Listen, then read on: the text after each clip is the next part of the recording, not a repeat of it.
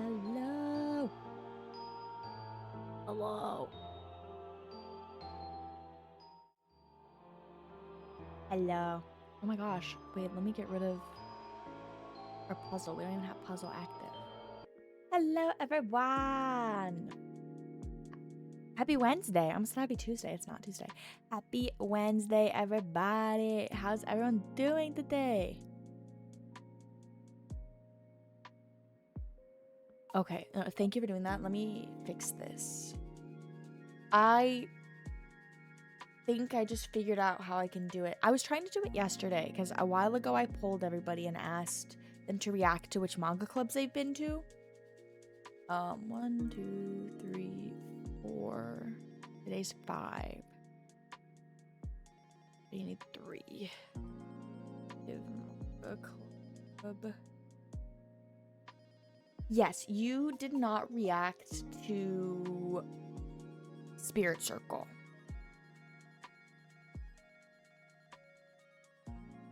Tierra, let's see if that works. Can you do the command? Can I don't know if I can see. Hold on. Let me look through my commands too. User manga club. You have 2 manga club. Oh. Oh.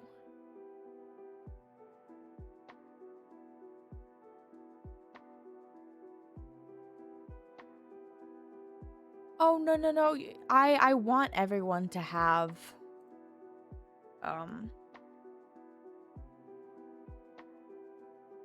that should be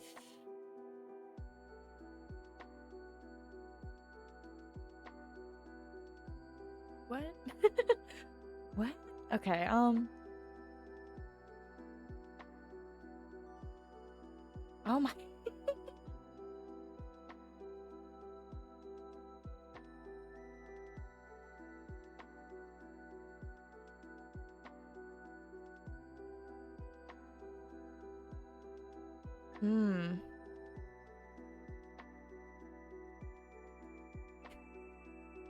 It's definitely a me issue, not a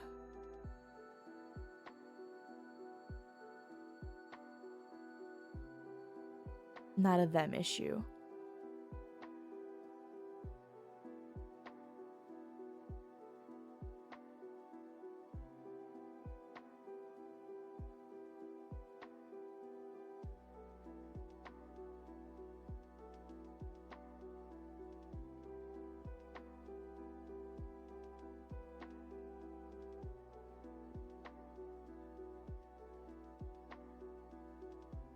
I'm so sorry about all of this. I'm just trying to figure out if we can get this. First things first, after it's not even first anymore. Congrats to you for being first, for real. I'll have to figure this out.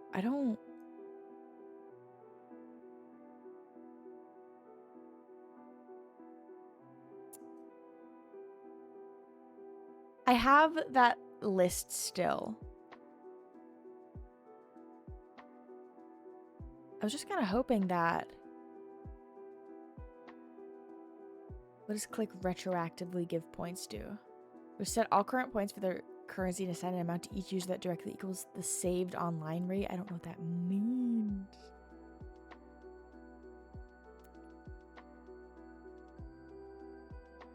Oh, wait. I actually might be able to do this in a much easier way. I can export the text file and then I can import a new file.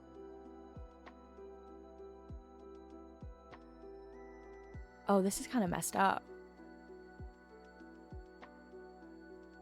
It's a huge list of like anyone who's ever chatted on my channel.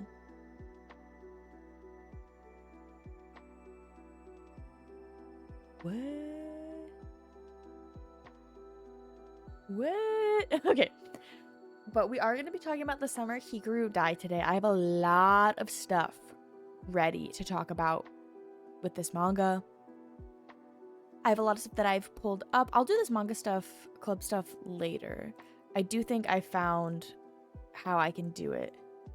Let me remind – manga club text file edit, and import. Okay.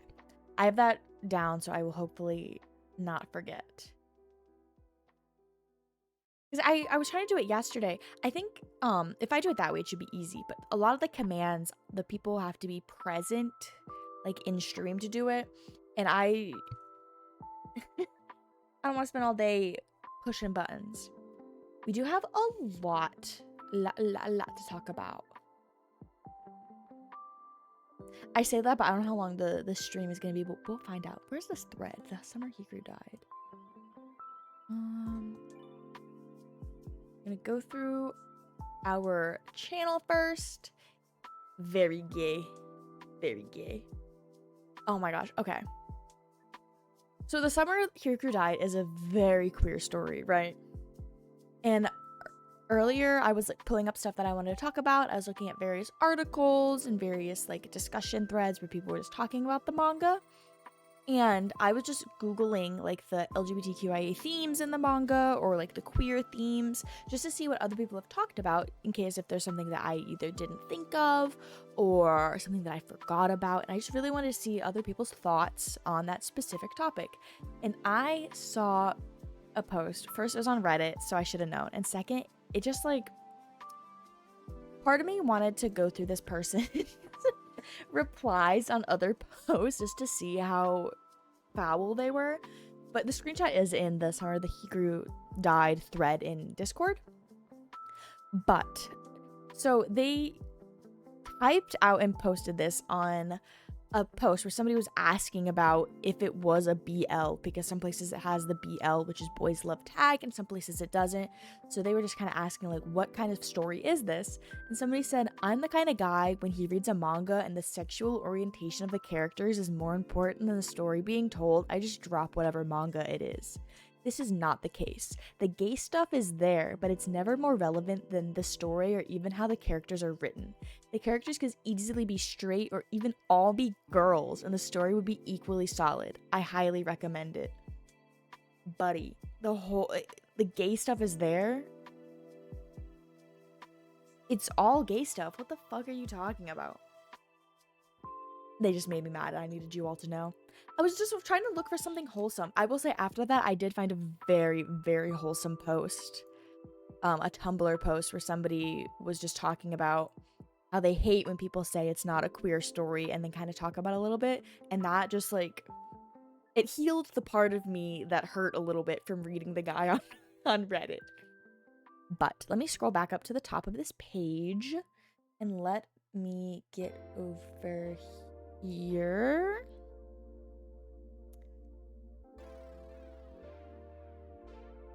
Okay. Let me make sure we're all set up properly. The straights are trying to combine Yuri and Yaoi. They are. Like, what the heck? Oh my gosh. Earlier, I saw an Infinity Nikki. They have an ice skating thing, and it was two girls. I was like, oh my gosh, Yuri on ice. This is so beautiful. Okay, let me edit.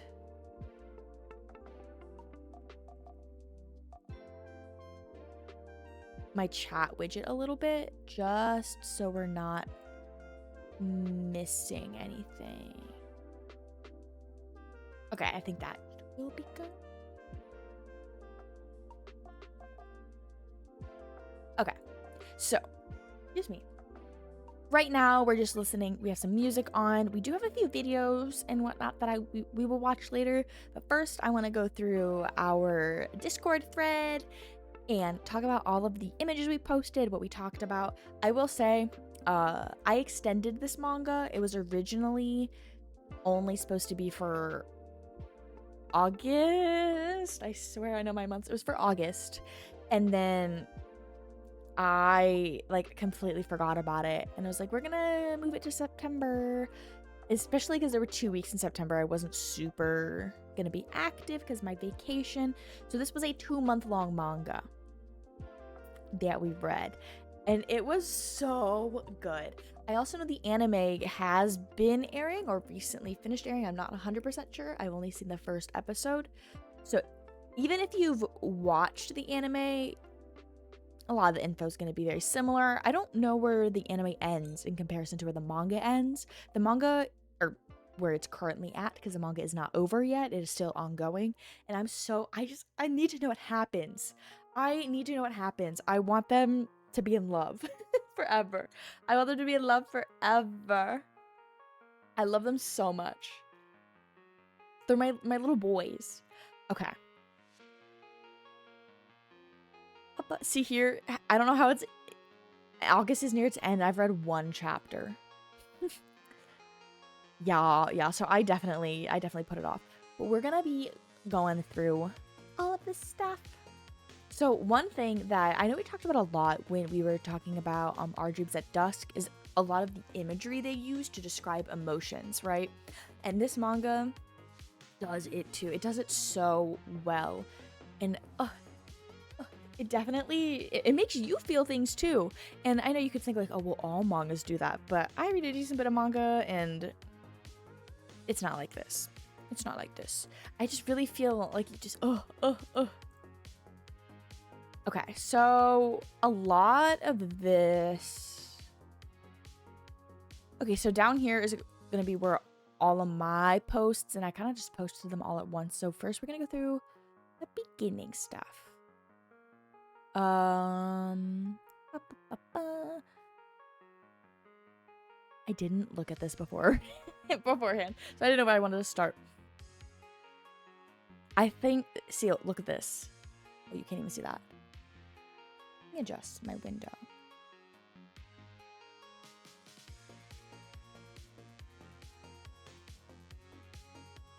That might be a little better.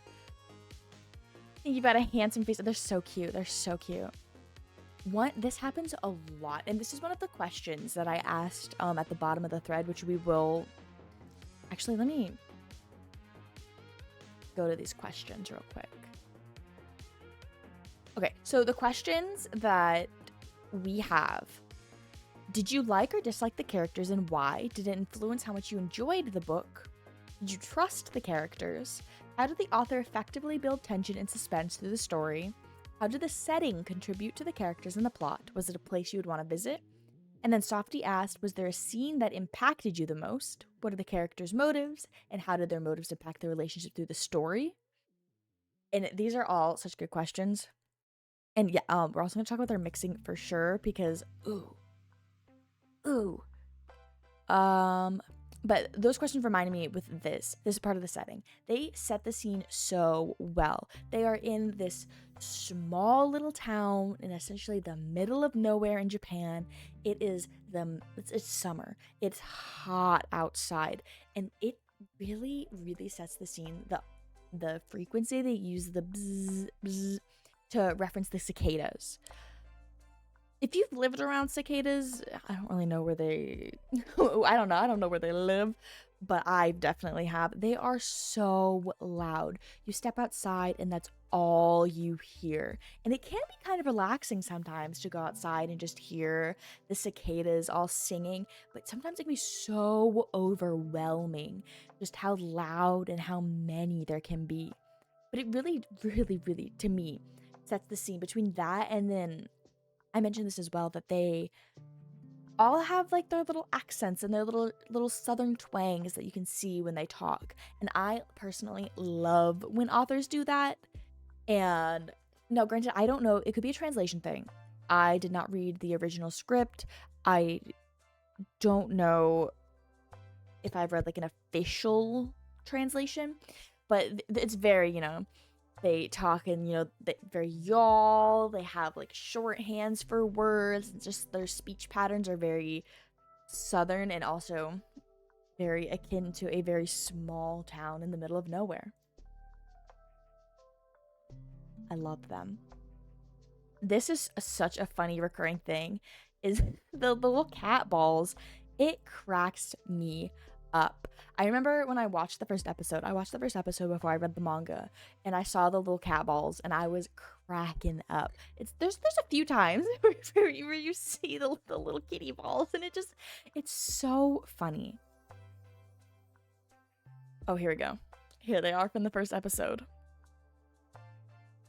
Oh my gosh, this was so cozy. Softy said, when I went to my BF's house last Sunday, we both read Hikaru outside on his porch with the cicadas singing, and we snuggled on the couch with rain sounds to keep reading after. I was so jealous because that sounds like perfection. I want that. I want to go sit in the rain and read. Was this referencing them mixing? Oh, see, I was talking about their speech patterns. This world and the other side are real close to each other. Only thing keeping them apart. The very, the shorthand of the words, the and, keeping M, throughout the whole story, it helps you really visualize and put yourself in the setting of rural Japan.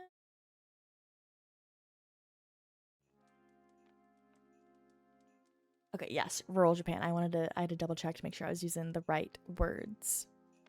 So this panel, the world and the other side are real close to each other. Only thing keeping apart is a thin veil. The souls and emotions of the dead pass through the veil, and the gods on the other side let them be reborn in this world. But when there's a distortion, that veil rips, and things come out. All I can do is send back the stuff that's come out, and close small holes. So I think this was when... Actually, no, I don't know. This was Hikaru. I think this was the older lady. But this panel just makes me think of like the side, the right hand side being Yoshiki. Let me pull up my wiki.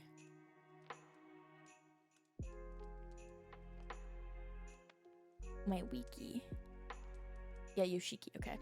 I'm really bad. I'm really bad with the names. But I view like looking at is the right hand side being Yoshiki, who's very who's referred to as having a pure soul multiple times, especially by Hikaru, that he is very bright and inviting, and he yearns for his soul. And then the left hand side being Hikaru, quote unquote Hikaru, who's a little darker, a little more tainted, and he is mixing and bleeding in with Hikaru, because that happens several times, and they talk about it, especially the older woman. Let me see if I can find her name. I can just Google it. The summer Hikaru died. Characters. I'm just gonna look up the characters real quick. Oh, continue to cite, please. Let's see.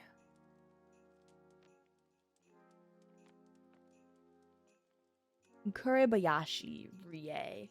Okay, so Miss Kurebayashi had talked several times about the mixing and how it was bad, because we have a lot of art of it too. When Hikaru would get overwhelmed and not really to be his true self, I suppose, because he is this sort of monstrous otherworldly entity, when he would kind of goop all over Yoshiki, then they would mix, and throughout the story, Yoshiki has that spot on his arm that just won't heal, and then got worse and worse with every time, Hikaru jumped him.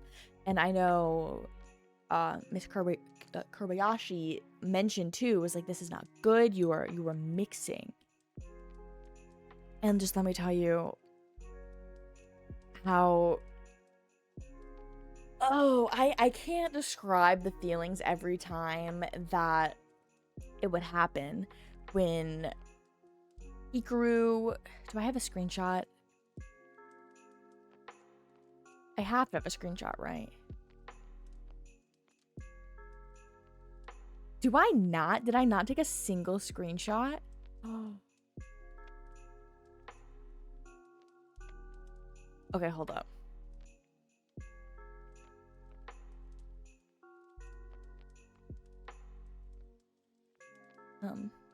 Okay, here we go. I'm just gonna look at some of the art that I have pinned.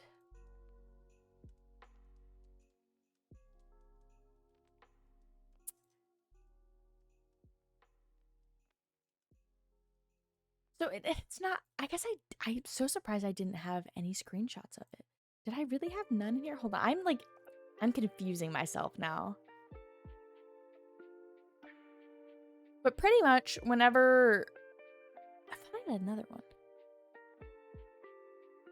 Like, this kind of stuff would happen, but it would be the other way, right? They were mixing. Ugh. Oh my god, it just felt so... I just wanted them to be close together and kiss. I'm gonna let you all know what I want for the ending of this manga is not good. I kind of want Yoshiki to be taken over and then they can live their otherworldly entity beautiful gay life together. Which isn't good because this Hikaru isn't the Hikaru that Yoshiki loves, but could he have the capacity to love this version of Hikaru who isn't Hikaru? I think so, and I want it. I want it bad. Okay. So this is the screenshots of things that when I was reading I thought were like funny or interesting, or I wanted to talk about it, or there was just something about it that I thought I gotta take a screenshot of this. Normally it would be a little more spread out, but like I said, I binged it all on a plane and then posted it all at the same time. So this is the beginning. This is also the part in the anime that, for me, I was like, oh, okay, this is the kind of series it is. Because when I started watching, I knew nothing about it. I just knew the title was The Summer Hikaru Died, and I thought it was going to be a story about Hikaru, and the ending would have been his death. That is not what it was at all, and I was so surprised going into it. This very early on, Yoshiki goes, like, you're not the real Hikaru, who are you, what are you, sort of that ordeal, and I'm supposed to be a perfect copy of him, and it's just, I love the little monster boy. I love him so much. I love him so much. Okay. Hikaru, I love all the characters. I want to protect them all. I'm maternal towards all of the characters. Well, not maternal towards all of them. There's one of them. Oh, yeah. I need to find a place to set my tea down. Okay, that was for that. Okay. I also need to remember, and this is for you all too, that text's below the image, because I posted the image from my e-reader and then I typed it up on my computer or on my phone.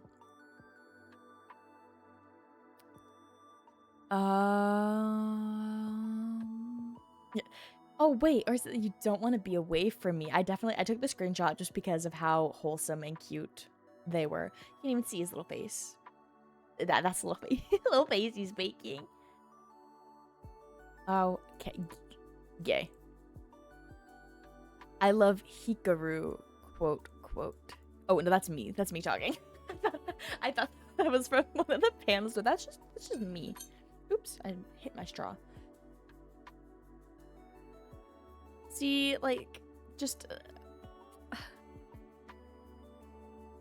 so wholesome. I just love them so much. He's crying, and then he goes to comfort him. Fried cutlet. Just like...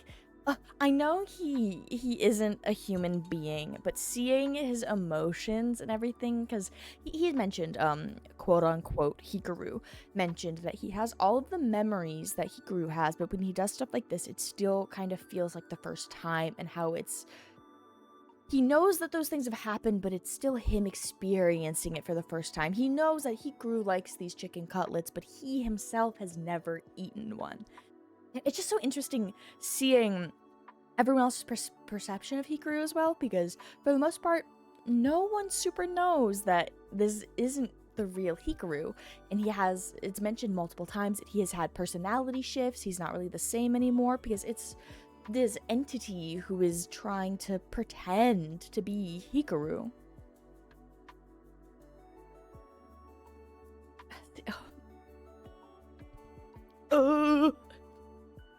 I'm crazy for you. He never said anything like that before, not once. If that's so, then never disappear on me ever again. And he's crying. Next. Oh my god. I'm just here to say, if people read this and are like, this isn't a queer story, they didn't read it. It's so beautiful. There were so many moments. You know, when you like are reading fan fiction or you're reading something like romance, right? And you just like sit there, you have to set it down for a second and you just do a little and you have to kick your feet. You just have a little moment. That was me the whole time. Anytime anything like that happened, like this happened, never disappear on me ever again because he's genuinely worried. I have to set it down and I just have to, ooh, this is intense. This is getting to me. Oh, so let me move this around a little bit so you can see the full panel. That's most of it. Okay, so this point, when I was reading this, I was like, I guess you gotta go marry Yoshiki, Hikaru. Come on, go get your boy. Come on. Hikaru, if you really like someone, you gotta marry him quick like. I'll just get married like normal. What'll happen if I don't? Unuki-sama will take him to the mountains. It's an Indo family rule. If you got yourself a lover, you gotta hurry and marry him. It promised not to lay a hand on our family members, so they'll be safe as long as you take them as your bride. Or groom. I'm just saying. But I just remember reading this and I was like, Hikaru, get on it. But this is also something that I think about a lot while reading this series, is that how did the real Hikaru feel, right? Because our current version of Hikaru has the memories and knows all these things that Hikaru knew, but it isn't Hikaru. And we also know that our current version of Hikaru is still learning and grasping humanity, just how to live, what emotions feel like and what they mean, and just everything what it means to live. He's living for the first time, but I just, these moments, it's like, oh, but what would the real Hikaru say? What would the real Hikaru do? And that's something that I think about a lot, because our current Hikaru also mentioned several times, you know, oh, yeah, Hikaru liked you a lot, you know, that kind of stuff, and it's just, I just want to shake them. I want to hold them and shake them with love. Oh, okay, I mentioned this too, that I love the little, ending sort of panels of manga when they give us extra information sometimes. If they're really long, sometimes I will be bad and I'll just like skip them, but I love ones that like this. It shows our main characters and all of their heights. We have Yoshiki at 175 centimeters, Asako at 170 centimeters, Maki at 168 centimeters, Hikaru at 165, and Yuki at 148 centimeters. And then their strengths in arm wrestling, which you super can't see, but Asako is first, Maki is second, Hikaru is third, Yoshiki is fourth, and Yuki is fifth. I love Asako. She is everything. I adore her. She's probably one of my favorite characters in the manga. She is just so cute. I love how in a lot of her text she has like the little emojis. She has a lot of emotion and a lot of expression. And I just think her character is very, very, very lovely. So what Hikaru is, this entity, there are like quote-unquote ghosts and spirits around the town, and some people can see them and some people can hear them, and most people don't know anything about them at all. Yoshiki can see them. Asako can hear them, but she cannot see them.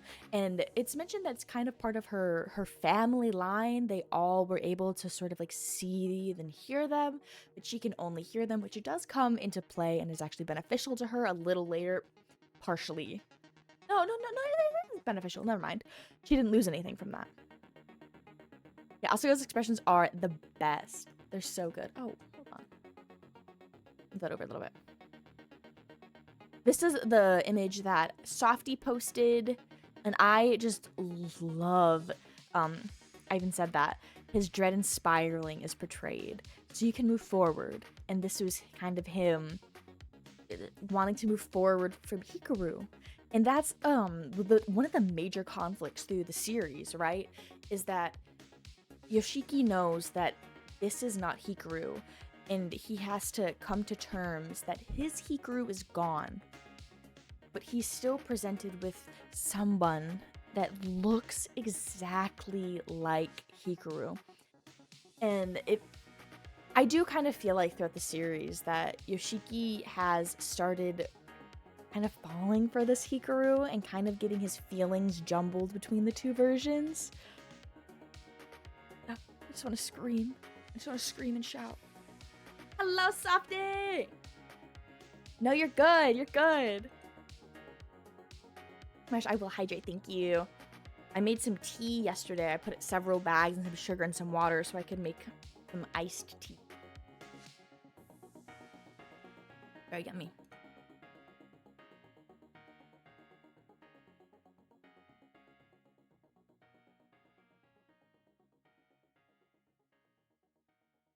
Oh, yeah, okay. I was like, wait, what was I talking about here? That he was thinking about moving forward from Hikaru, and then Hikaru shows up. Oh, always. It is so good. Oh, ah. Oh, I love this little scene where he got the hair clip and then he snuck it on Hikaru. And then at the end of the day, Hikaru texts him, "Hey, just noticed, had this thing on all day and I even went to club with it. Don't make me cuter than I already am." Oh my god. Give him 10 hair clips right now. And again, like we were talking about with the setting the scene, we have the squawk, squawk, squawk, squawk. I wonder what that's supposed to be. Squawk, squawk. Birds? Maybe? Because I'm thinking of the animals they would have. I know they have like frogs, they have cicadas, which is very, very prevalent and is referenced a lot. It's happened, they put the cicada a little bzz, bzz, so often that anytime I read, I don't even process it. I'm just like, ah, yes, the loud buzzing of cicadas. Let's go. Let's go. It was so cute. Okay, I talked about this, and this is where I mentioned it in the channel. I love when they do accents and speech patterns. Do they have it in these ones? No, they didn't have it in these panels. But I love their little southern twangs that they have. And part of me, it makes me wish that I could read Japanese and could like fully understand it so I could see the kind of ways they implement that in the original language of the manga. Oh, I bet it'd be so good.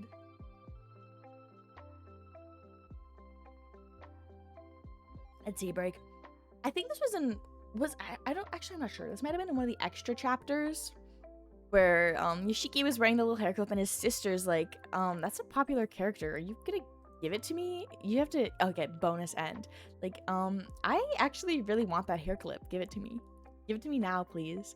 He just looks so cute with his hair put up. He talks about it several times that he likes his hair covering his face. Everyone in the village is always, oh, you gotta cut your hair. Your hair's too long. It's covering your eyes, you know. You have that emo hair. And he likes it, which I get it.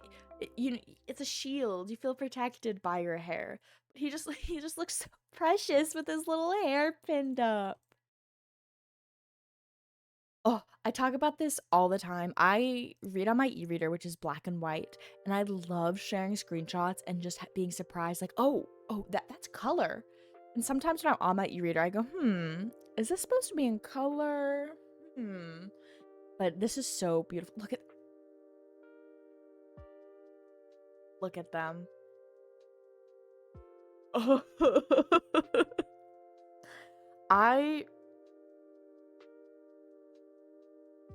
Looking at them and then thinking about them and their beautiful gay little lives makes me want to cry. Look at them. I love Hikaru. I love his little tooth. His little toothy is so cute. See, I want to grab them and make them kiss like little Barbies. Just like little, mwah, yay! And then they can hug and hold hands and be happy forever. That's what I want them to be, is happy forever. This has, okay. So there's this cat, Minsanaki, I guess is his name. I do not remember his name. That he does not like Hikaru. And I think they even mentioned that he did not like Hikaru before when he was actually Hikaru. But see, oh, this made me crack up. He, had one of those little treats and then gave it to the cat, and then he went to pet the cat, and instead of petting it, he just pokes it, and the kitty did not like that. The kitty was like, bitch, I don't even like you. I was over here for food, and you're gonna go and poke me? That is messed up. And it was messed up. But I want to pet the kitty too. I wouldn't pet the kitty like that, because that looks forceful. But I would want to pet the kitty. No, not the phone. Reminds me, do I need to charge my phone? No. Okay, perfect.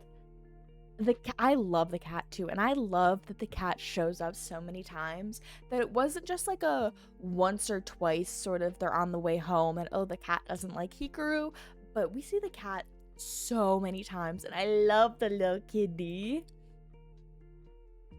Balls? Oh.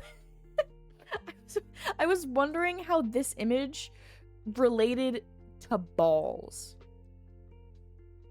Yeah, this image is sad, actually. This is, I believe this is Yoshiki finding Hikaru's body, which is very sad. And,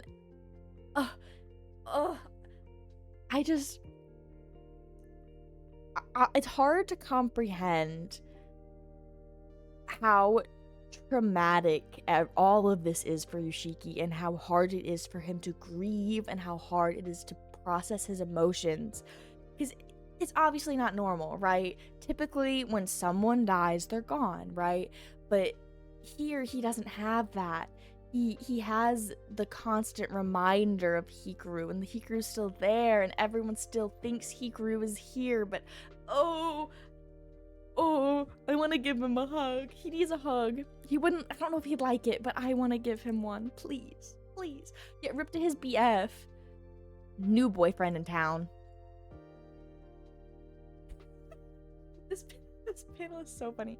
He has no one to talk to.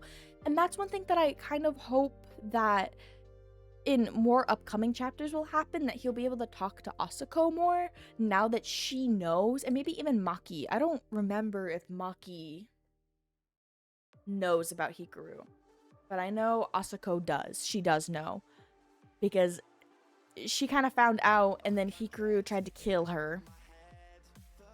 Oh my god. That song, I'm sorry, that song scared me for a sec. I forgot that was on this playlist. This playlist is the Dan and Phil Beats playlist, which is like royalty free stuff. But I forgot that they also have their terrible influence song on this playlist, and that kind of scared me. Okay, we're back to our chill lo-fi.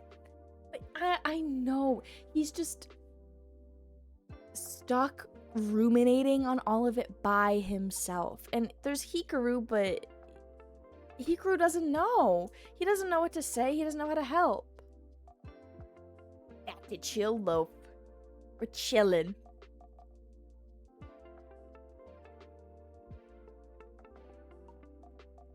My cup is condensating, and now my desk is wet.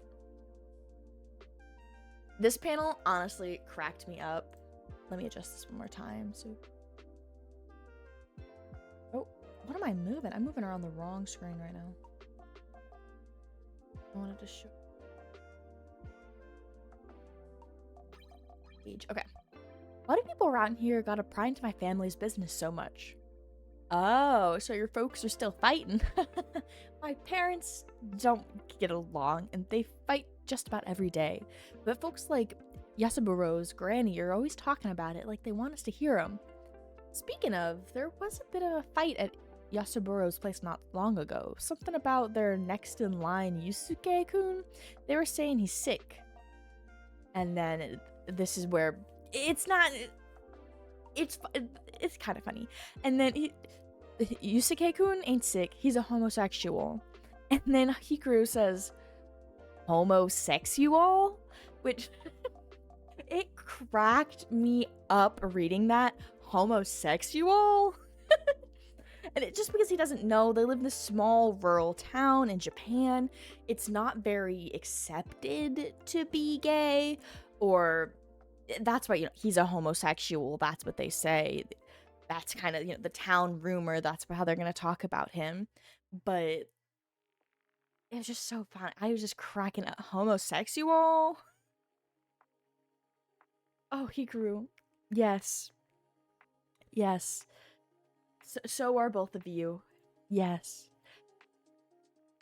Okay, even though I posted these images, I still get so excited. This part was so fucking cute. Krabby crab. And he's just rubbing crabs with his face and he looks so happy. Look how happy he is. Home of sexy, y'all. True. This panel was so cute. This was another panel where I was just like, I need to make them hug and be in love. Oh, there's so many more images. Oh, this was also a funny one from our Hikaru. This is when he was about to die in the woods. He is running through the woods. Really, I'm gonna die. I mean, my body's busted up all over and I can't feel nothing. And then he slipped, getting distracted by a tree because he thought it looked like a woman's body. And he goes, whoa, that's a sexy tree. Which, I mean, like,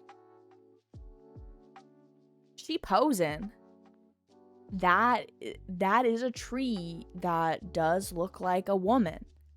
And then, the hell was that? Just plain stupid. What a way to go out. Wait, didn't he slip and then die there right after he saw...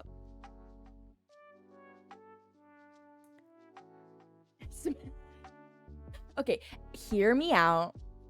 The tree from the summer Hikaru died. I don't even know if I would consider it a hear me out. Just, yeah. Yeah, that tree. He fucking died looking at the tree.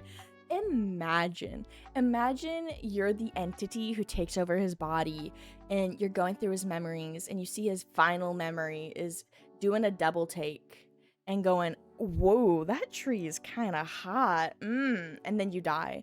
Would you just leave the body? Like, would you stay? Be like, no, I fucked with this little guy. This guy, you're a freak and I like that. That's probably if I was an entity, that's what I would think. But just imagine he just like comes back to life and there wasn't an entity and he's like, dang, I was getting possessed and they left because I died from looking at a tree. True. All he wanted was a little meat suit. For a manga that is quite tragic and sad and is really going over the trauma of Yoshiki's life, it's so cute.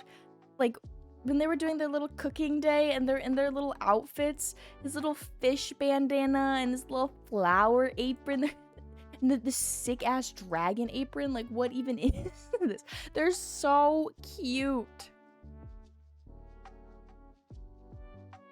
We talk about all this cuteness. I mean, we did just talk about Hikaru dying, but it was hee-haw funny trees. But there's a lot of tragic stuff that happens. Oh, I forgot about that. It does. It really does feel so warm and summery, and how they set the scene and everything really adds to that with all the cicadas. And it a lot of the time it just feels like they're, friends hanging out. And then scary shit happens and you're reminded, oh. It's very similar feeling for me as reading the I See You Aizawa-san, where it's a very, very cute manga. Everything's like, oh, yay, happy, this is so nice. And you're, oh, okay. Being reminded what I'm reading, I understand that it's not actually all cutesy and wholesome. It is kind of scary at times. Yeah, and then her fucking face melts off. Exactly. You're like, oh my god, so cute. Yay, yay. And then, whoop, scary ghost melting. And here's the scary part. Now, Hikaru has tried to kill Yoshiki multiple times, right? He has tried to kill him multiple times. And then there's been a few times where Yoshiki's tried to kill Hikaru. Here. Well, I guess only... I was gonna say this is the times he tried to kill him, but that's not true. This is when he stabbed him, but he also tried to drown him. And then this one is when he got his head chopped off by the sexy man. What's his name? I don't even know this man's name. All I know is I love him. That's all I know. That is true. That is true. I forgot about that. It wasn't him. Because it was the ghost that was in the bathtub that was possessing. Yeah, I forgot about that. Okay. Never mind, Yoshiki. This is not your fault. It was the other guy's fault.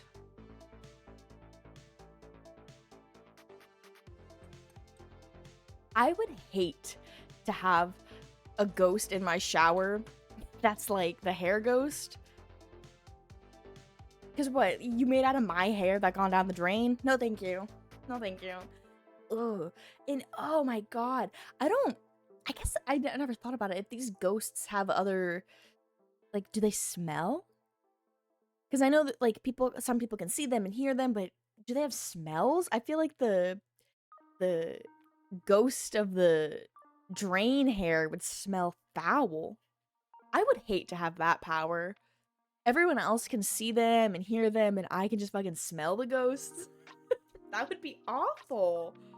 I never thought of that even being an option until now, and I feel like now I know why maybe people don't have that.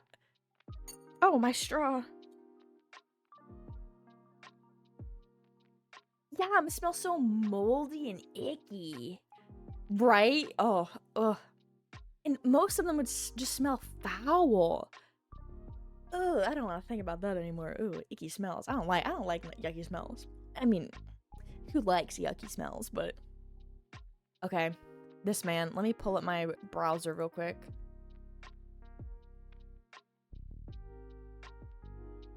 Tadokoro, is that his name? Oh no, that's Yuki.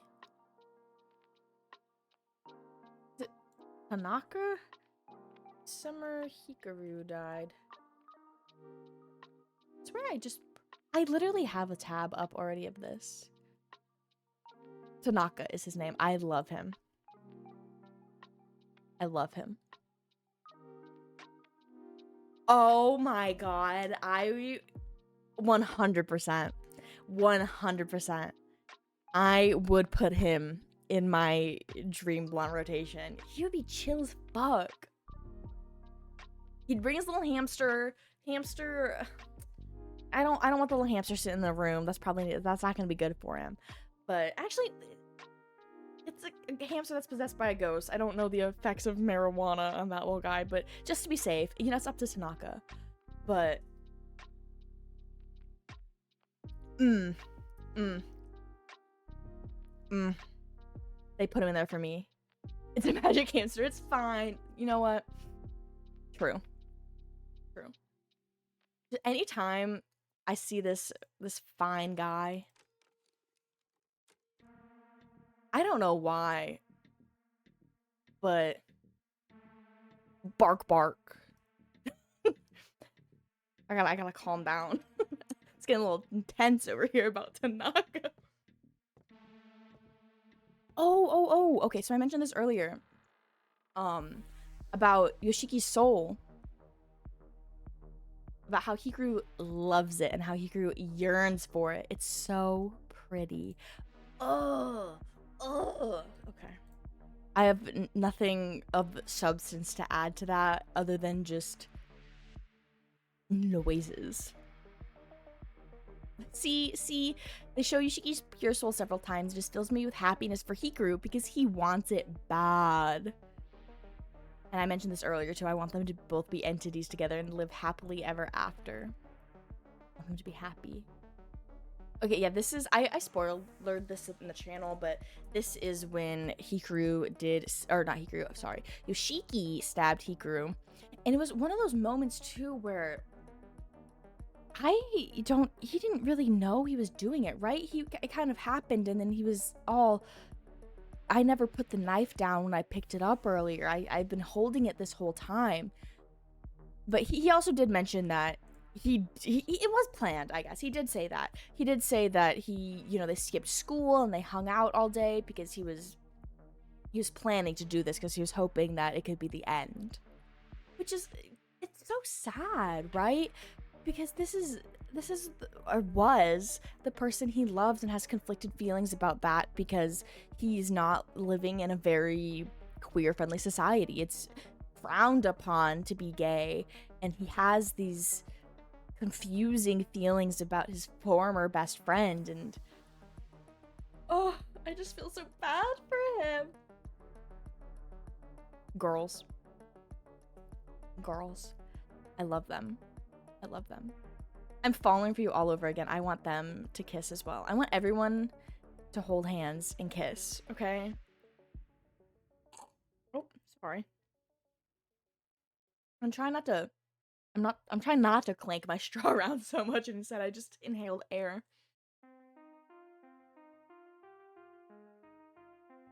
I love them. They're so beautiful. This part also cracked me up when he had his hair done, because all these faces, yeah, she don't even want to look. She don't even want to look. Turning around, everyone looks cracking up, laughing, mortified. He is mortified. We have quite a bit. Oh, more dread, more sad emotions. There was that woman who died in the village, and it was rumors, not rumors, it was, who did it? What happened? Oh my gosh. And like, Yoshiki finds out Hikaru did it because Hikaru's just a guy. He's just an entity who yearns to eat people and kill people. It's okay. It's okay. They're just a little different. But then they do come to this lady for information and find out that that was her mother that she wasn't very close with, but she wanted to visit, and then she's gone. And of course, Yoshiki feels guilty because he knows the truth. Hikaru's kind of like, I did that. Yeah. Little hamster. Due to certain circumstances, Tanaka's hamster houses the soul of a human child. Its consciousness is that of a hamster, but the soul allows it to detect entities not of this world. I love the little hamster. Oh, this one, I think I said this, it made me so sad. I think, this is the one Tanaka and, Asuko did together. It was the child. And I don't know if I mentioned that. Yeah, I did. Oh, this was the dead husband. Yes. Okay, this was not the child. That was another one. Yes, it was her husband that they were keeping because she, again, very similar to Yoshiki, keeping him there, and then her child, yeah. Yes. This is why I gotta start posting them when I read them, because when I don't, I'm like, oh, this is a part of the manga. Killed his own son, so sad. It was so sad. I mean, I think he also was a little saddened by it, because same with Hikaru, right? Hikaru would do things, try to kill Yoshiki, and then kind of afterwards be like, ooh, sometimes the dark urges inside me take over. I apologize. But these images, they always just freak me out.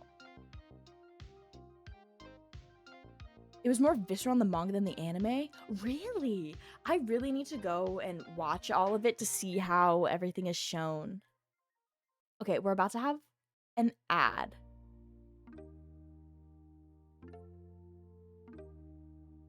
I might finish up talking about this stuff and then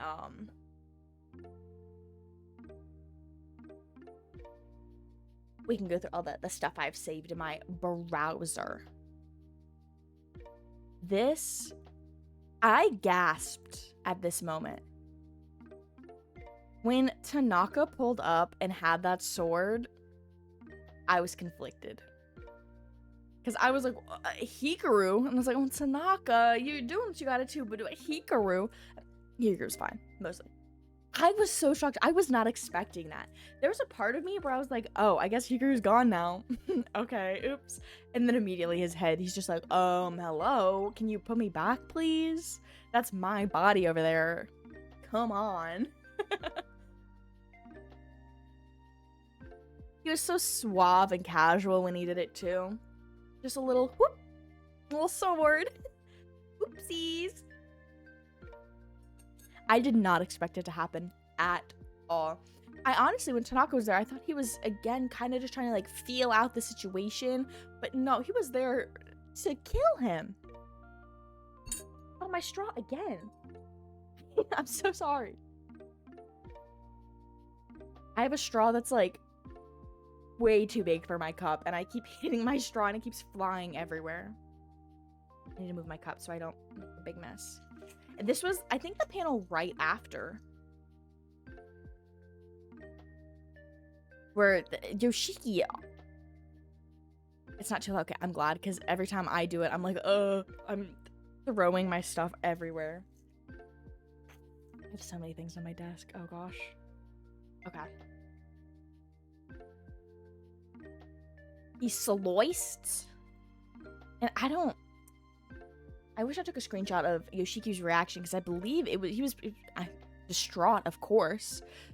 Again, he hasn't fully processed what happened to the real Hikaru. And he was just overcome with emotions. But then Hikaru was chill. I do also love that after that, every time you see Hikaru, like in this panel, he does have a little seam on his neck. And I do really, really, really appreciate that they kept that seam on his neck after this part. Just so every time you see him, you're just like, huh. Yeah, this poor guy just had his head chopped off. This was insane. I love him. I feel so bad for him. Okay, this was a little information about Tanaka. Tanaka isn't a psychic, so he can't see anything. He finds physical signs and makes various judgments from there. Example, bells, rodents. And then I like the addition of, he's nearly 6'3". He a tall boy. He tall. Yeah, he can't see without his glasses on. Which we do see when him and Asako go out to, when they were going around to close the holes and they went to one to close. Because his glasses fell off and she had to help guide him out of the house because he could not see. I believe that his vision is something that he gave up while negotiating.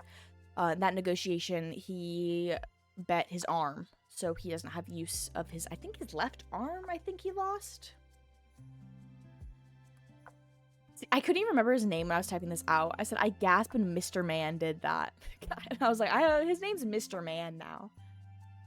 I thought this was so, so lovely. First of all, I love the art. It feels very murder mystery in this scene to me. But we have Hikaru's injuries, his stab wound, and we have his little head getting cut off. I think it would also be interesting if there was a reference to how he broke that piece of himself off so he could be weaker so he wouldn't kill Yoshiki.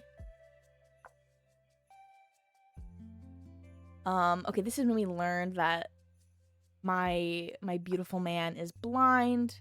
Look at him. He looks so tired. Give this man more tiredness and more raggedness, please. Please. His little head being cut off, she says casually. He's fine. He lived. He's okay. Oh, I shared this one because this reminded me so much of that scene from Our Dreams at Dusk, because there was a lot of those sort of panels, I guess I'll say, in Our Dreams at Dusk, just showing people in fish bowls, you know, because they're being a spectacle or being trapped in a vessel of some sort. And this just reminded me so much of that. Because I mean, they're both being examined and watched by this beautiful man.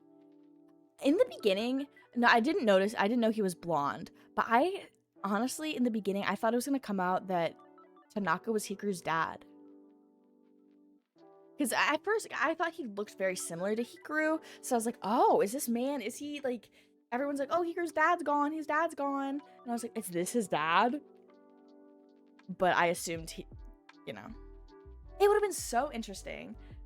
I thought they were related in some way, because I thought they looked very similar, but they not. Oh, I posted this and said the leg gate reminded me a lot of Chainsaw Man.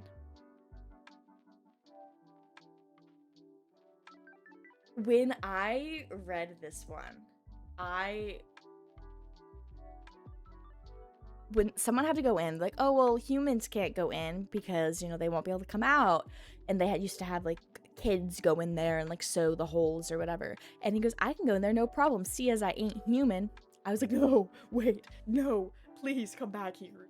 In his little face. That's true, his dad is in the ground, but I mean, to be fair, Hikaru should be as well.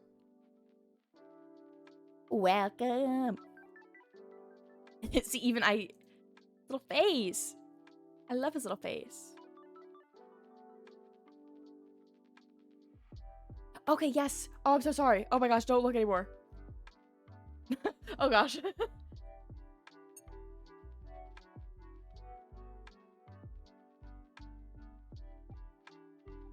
I finished my tea. Okay. So, they said that they had to keep their connection so that Yoshiki could pull Hikaru out of the other side. So he goes, I know you can, because you ain't ever look away from me. Because you ain't ever look away from me. So I could not read that the first time. And our connection, and they kind of talk about how that since they are, you know, they are mixed, that they have this connection now because Hikaru's been kind of imprinting on Yoshiki. And they do that. Okay. This and this are different. Okay. This is when I talked about where Tanaka and Asako went together to go close up one of the holes. She knew things and she saw him and was like, what is this weird ass man doing? They talk about it and they he gives his talisman for a warning to the impurity, and then they make a deal with the impurity that is in the house, and he kind of plays around with a little bit. He kind of lies to it. He says that it's a child, so it was easy to fool. He promised it all of this stuff, but after the hole was closed, it's not with us anymore, so it cannot follow through on those promises. He promised the rest of like Asako's hearing. He promised like part of his brain or something crazy. It was wild. Here's the gate again, the festival. Oh, okay. So part of the entity Hikaru is that he grants wishes.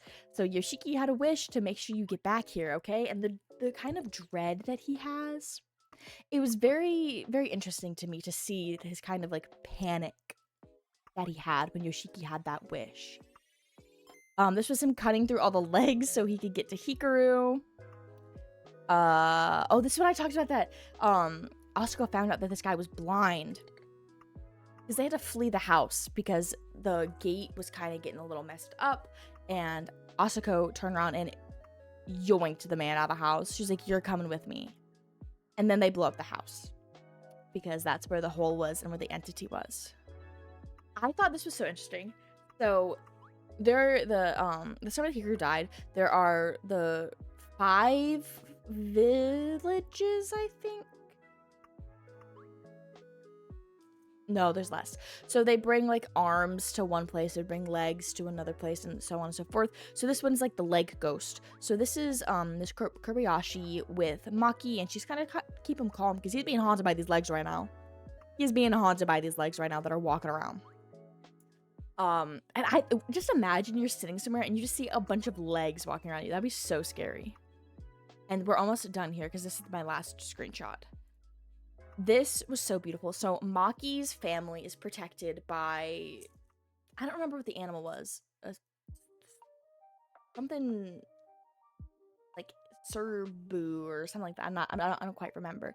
But they have these shrines, and it was very, very, very, very important. They said, hey, you got to clean these shrines. You got to make sure that they are well kept. And he was protected by pretty much this entity. And he gave part of the protection, I believe, to Yoshiki. And it was just so awesome seeing that Yoshiki was getting overwhelmed by these legs, trying to cut through them to get Hikaru. And this entity shows up and protects him. It was so wholesome. We talked about that. I don't know why I posted that screenshot. Oh, okay.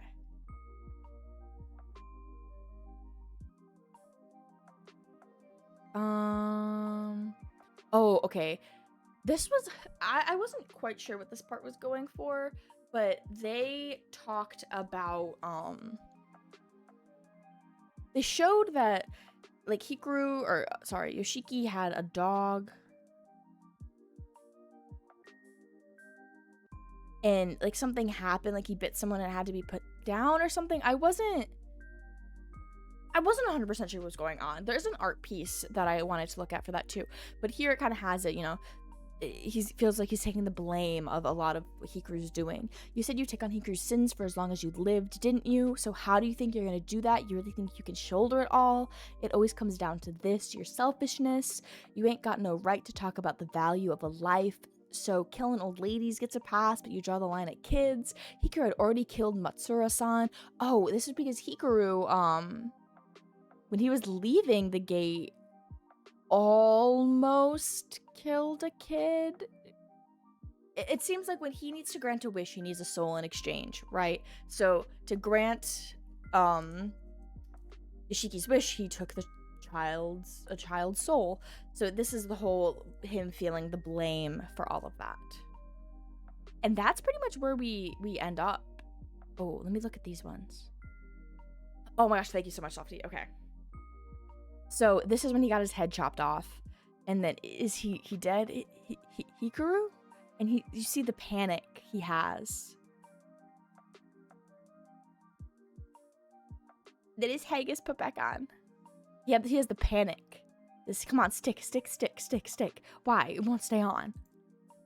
And then it goes back on, and he's just like, hey guys, it's me. I'm back. Okay. We have done that. I can close out some of these tabs. Okay. Before we go into all of the articles I have, I do want to answer some of the questions. Okay. So the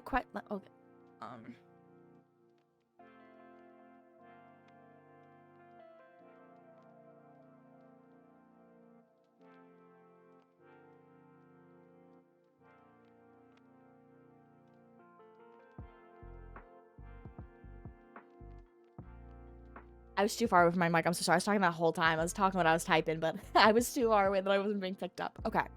So I'm trying to have a few questions for every time. So the questions we have, did you like or dislike the characters, and why did it influence how much you enjoyed the book or the manga? I love all the characters, and it definitely influenced how much I enjoyed the book. I having a few characters that you dislike, I personally think can be very important to a series, especially, you know, you can hate the protagonist and still love a series. You can hate, you know, you can love the antagonist and still love a series, but I think I genuinely like all of the character. Well, that's not true. I like all the main cast, and of course I don't like the company. So I guess uh now I'm thinking of this question that I have, because I like all the characters, which I think just makes me like it more. It just makes me like it more because I like everybody. Do I trust the characters? No. I don't know if I trust most of them, honestly. And it's not like, oh, I don't trust them because I don't think they can do good. It's just they are all young and have a lot of really, really complicated feelings that most adults wouldn't even be able to process.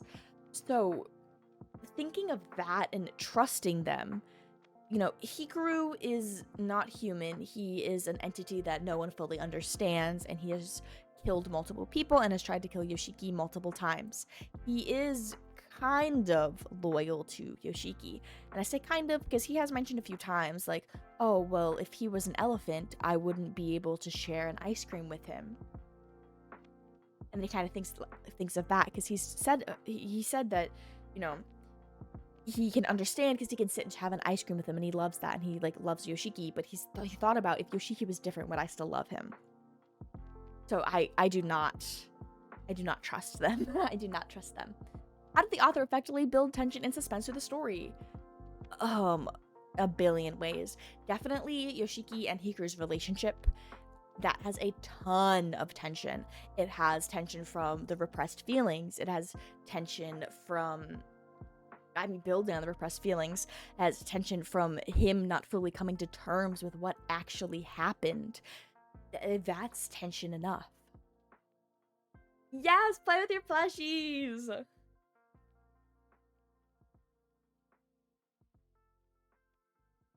Suspense. I think the story gets more suspenseful as the more we learn about the truth of the town and whatnot.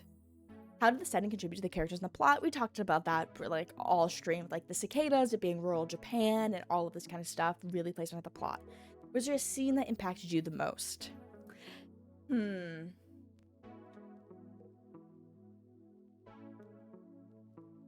gonna say the scene that impacted me the most is gonna be the first one that I thought about.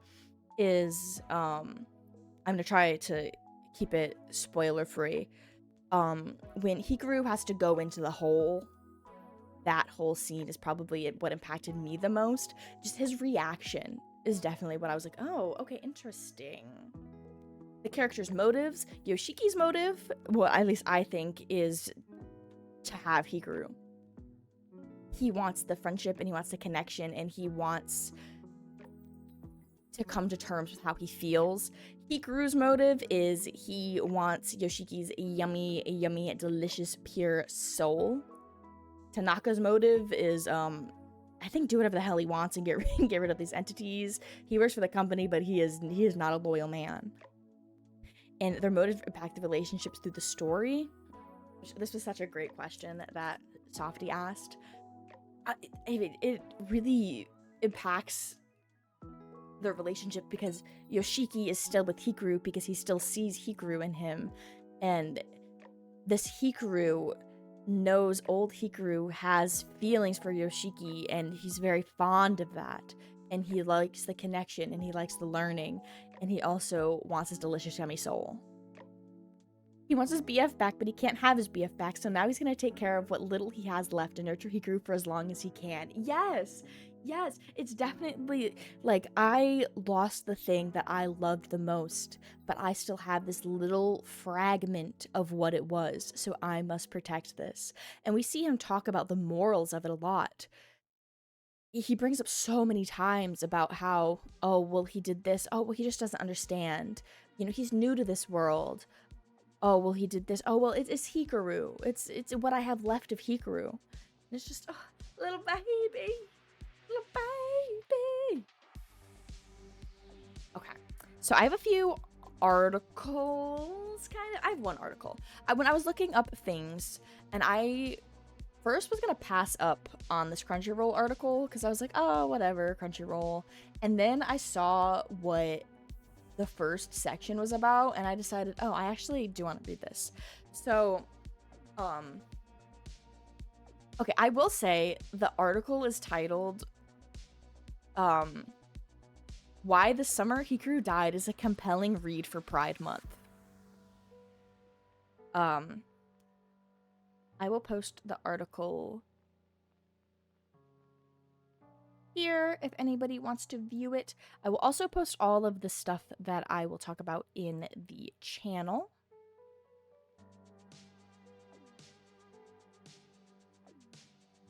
Okay, so I thought it was very interesting that the first part they had of this is a subversive depiction of masculinity, and I was like, okay, I have to give this a read. So we're just gonna read around the article. The Summer Hikaru Died centers its existence on emotional sensitivity rather than the typical displays of masculinity. Amidst a plethora of stories built on the pursuit of power or desire to establish notoriety, the manga stands out for its bold portrayal of vulnerability as the cornerstone of its gripping plot. Even with characters like Hikaru, whose ambiguous power seems limitless, the focus remains on inner struggles rather than external abilities. For example, as Yoshiki comes face to face with Hikaru's new anatomy, he doesn't want to or watch him change or defy human limitations. Instead, the moment is used to bring them closer emotionally and physically. Okay, that reminds me, how did I definitely talked about them mixing a few times, but I never talked about the first few times when they do mix, because I'm even reading it, it made me feel uncomfortable, but not in the bad way, when Hikaru had that hole in his body and he essentially asked Yoshiki to explore him in a way, and like, hey, yeah, put your hand and feel around. And it was kind of, for Hikaru, he was very much like, oh, that feels nice, that feels good, I like that. And for Yoshiki, the first time at least, it was very like, oh, feels like, I think he said, what, cold chicken? Like cold raw chicken? And it was a very tender moment when they did that, especially after the first time, because it was, like, oh, this is unusual, this is uncomfortable, I don't like this. And and probably because they mixed, right, that the next times they did it, it just felt like a very tender moment between them. I loved it. I loved it.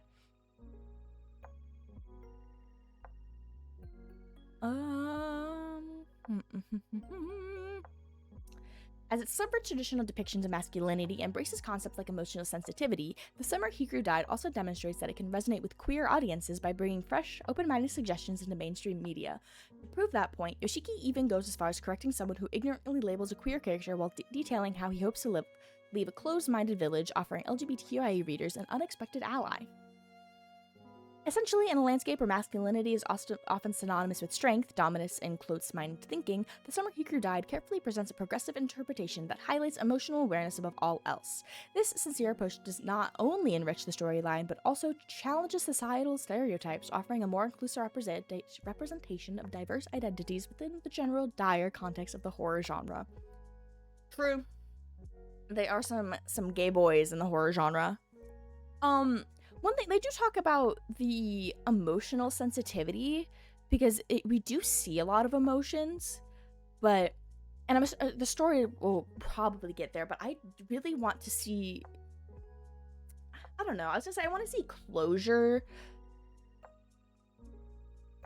but at the same time, I don't know if I do. Part of me wants the story to end in some tragic way, but another part of me just wants it to be very nice and wholesome. So I'm conflicted about how I think the story should go. This talks about companionship. Based on the title's implication, one might anticipate a primarily somber tone. However, beneath the surface, it holds the potential to reach LGBTQIA readers through the unique creation of an unshakable bond between its two male leads. Throughout the story, the profound significance of the companionship between Yoshiki and Hikaru feels like it transcends typical notions of friendship. Because it does. It definitely transcends your typical notions of friendship. 100%. I would happily ever after, but a devastating end would be so satisfying. Exactly. Like, part of me just kind of wants the world to end. But you know, Arcane, Jason, Victor ending, I kind of want that for them. I kind of just want them to be in the ethereal sea together forever. I just want, like, at the same time, like, something just really tragic could happen to one of, imagine the ending as, like, Hikaru, like, somehow comes back to life in, like, what if Yoshiki wishes, like, oh, I wish we swapped places, and, like, Hikaru was still alive, and I was the one who got lost in the mountains, like, something, like, crazy like that. Like, I don't think that would happen, but if it did, oh my god. Oh my god. oh, oh my god. Oh, I'm getting so excited just thinking about how many tragic ways this could end.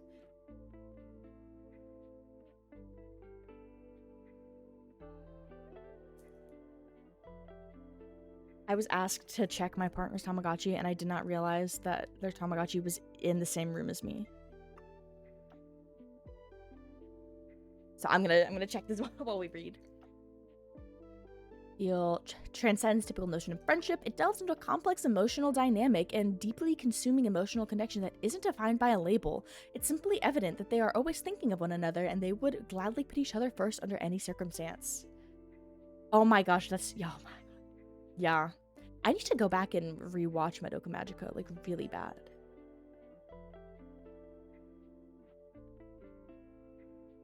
I feel like there's, like, movies I haven't seen. Ugh. I need to rewatch that. Oh, I'm gonna rewatch that.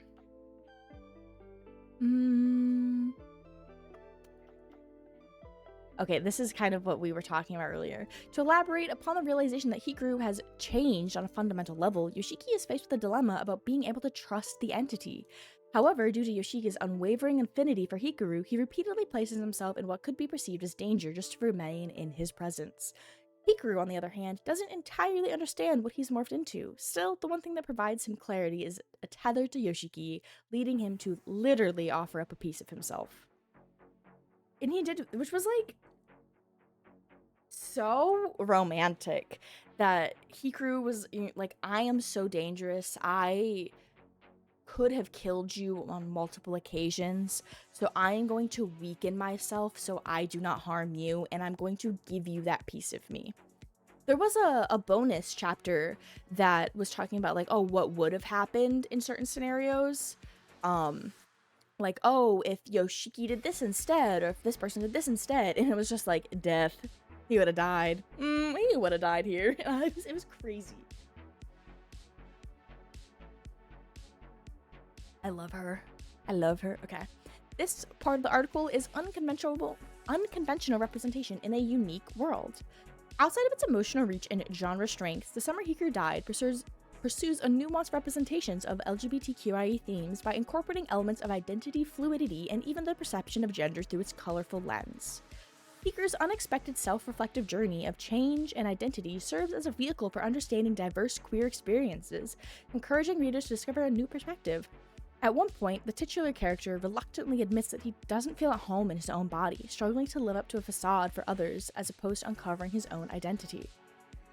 Meanwhile, Yoshiki's complicated realizations about his attraction to Hikaru, while spending quality one-on-one time together, feels almost comparable to those who've grappled with their own internalized struggles of emotional attachment in complex circumstances.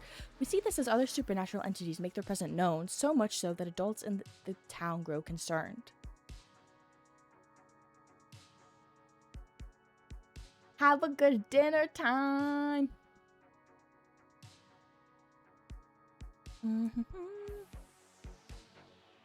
By merging the title's popularized fictional aspects with layers of personal revelations, the series courageously pushes LGBTQIA reminiscent stories to the forefront of the mainstream manga, providing a platform for these stories to be told and understood by a wider audience. Because, after centuries of influential storytelling, it's become fairly evident that even the most outlandish fictional tales can reflect our very real-life experiences.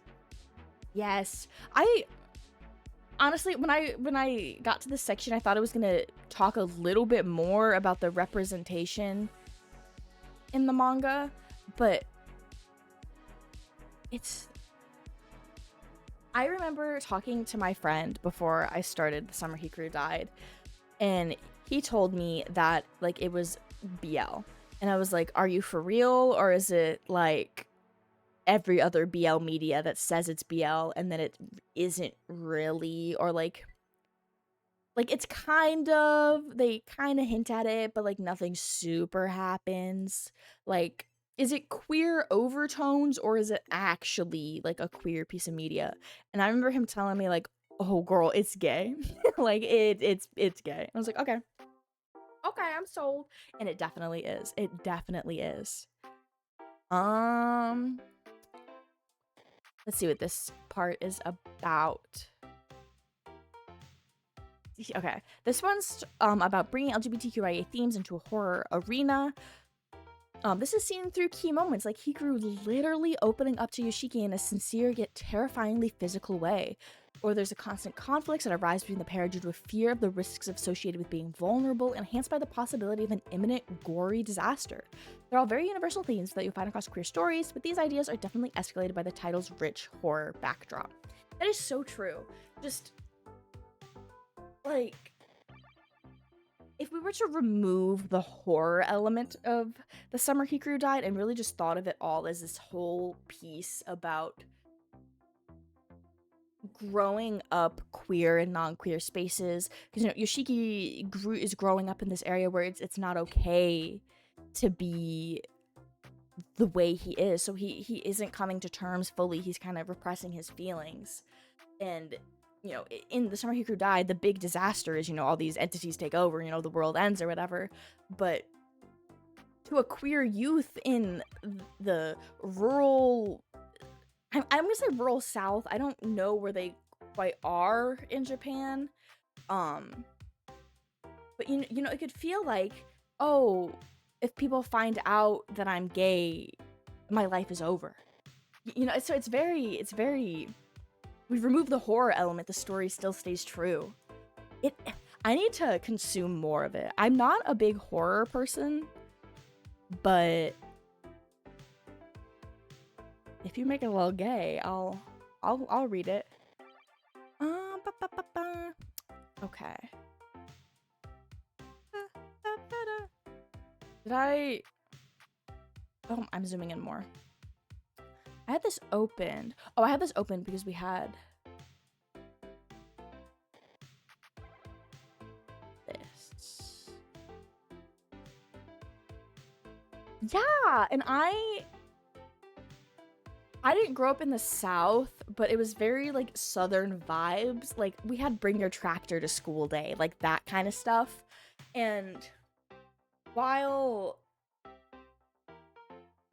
labels are something that I don't frequently think about for myself because I normally just don't really care, and I grew up in a very left-leaning progressive household, right? Like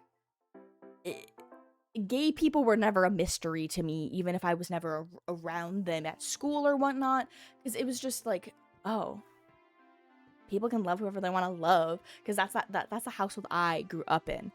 So queer people were not very common where I was. Like one of my best friends growing up was a gay man, and he honestly was one of the few openly gay people in our school. I also had a trans friend in high school, which I'm pretty sure he was probably the only trans kid in our county, right? And looking back, I was his friend, and I loved him. We were friends. I remember feeling so happy and so proud when he got his top surgery. And I'm not friends with him anymore. We were mostly just school friends. But I remember he went to have his surgery and he came back to the school afterwards to talk to everybody. And I just remember being so happy and so proud, and just being filled with so much joy that he was able to have that done. Ugh, that was so beautiful. Okay, so this I found in a Reddit thread. This is the author of The Summer Hikaru Died, and here is the translated page that I have. So this is them talking about the genre of The Summer Hikaru Died. This is just Google Translate, so I'm not sure how accurate this is, but we'll get the overall message. The genre tag and promotional direction of the official website has never changed. Wait. Oh, sorry, this is the wrong one. No, oh gosh. 1 second. Oh gosh. Oh, I messed it up. 1 second, let me get this link back. Where did I put this? Oh! Oh! 1 second. I have a different browser that I use for streaming than I use in my normal day-to-day life.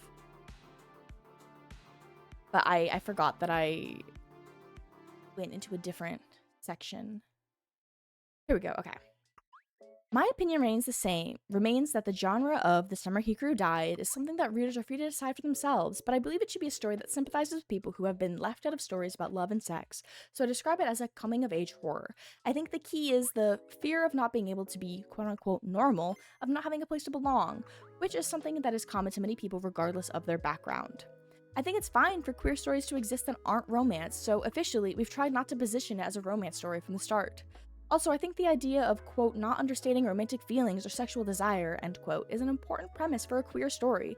I know it's a part that can easily lead to misunderstanding, but the genre tag and promotional direction of the official website have never changed at the beginning of the serialization. From the beginning, it has been consistently promoted as a, quote, youth horror, end quote, within the official reach. Although it's true that the official reach is very narrow, whatever the genre tag, and even if the story wasn't romance, as the author, I can guarantee that this is a queer story. Now, I know at the beginning I was talking about that guy that I saw on Reddit that made me mad, because he was like, they're gay, but it's not so gay that it's unpalatable, you know? But, like, there's a lot of posts where people are, I saw on Reddit where people are like, is this story even gay, guys? Come on. And then just seeing the author say that I can guarantee that this is a queer story is like, thumbs up to you. On that, this is a Tumblr post, which is talking about that. So this is Enjoyer of Queer Anime. I did post this in the thread. I think some of the reactions to The Summer Hikaru Died from English-speaking fans are very, very telling. On one hand, you have people blatantly denying its queerness, which gets harder and harder for them, especially after viewing the second episode. Then you have people denying its queerness because it's not a BL. While I think most of the people saying this are younger or misguided by queerbaity shows that they've seen, the sentiment still denies queerness as part of life and a part of fiction. I thought it would be so obvious that not all queer stories are romances, but I suppose there are really still people that only see queer people as the romance they have.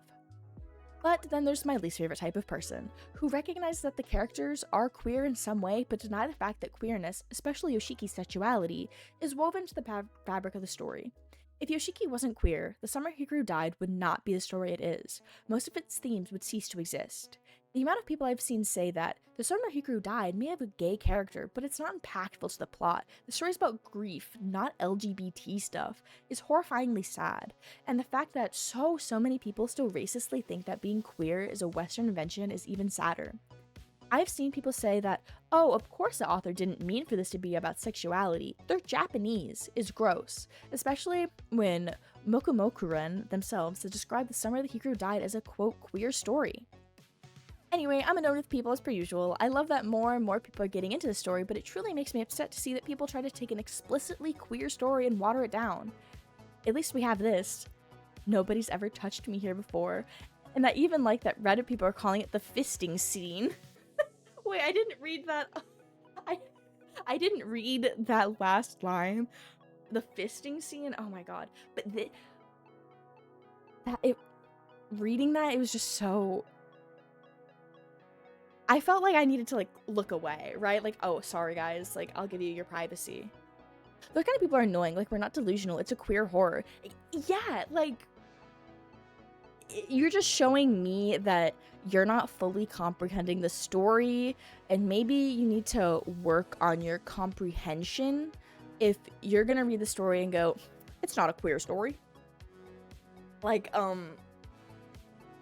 hello? Hello? What are you talking about? Queerness oftentimes is grief. Yeah. Yeah. Even though I would love it to all just be joy and happiness and the the beauty of being queer. That's not the case and not the reality for a lot of people who are queer. But this was the post that I said earlier that healed the part of me that got upset after reading the post of that one guy who was like, yeah, well, this story's good. It's not even gay. Like, okay, dude. Okay, we have quite a few videos, but first I want to look at the art that I have saved, and then we'll do the videos last. So I just have a few pieces of art that I was just scrolling the tag and that I had set aside. Most of it is like goopy Hikaru. It's just so beautiful. The little Hikaru, goopy, and the Yoshiki's soul. It's just... When am I not logged in? I am logged in. It's not over here.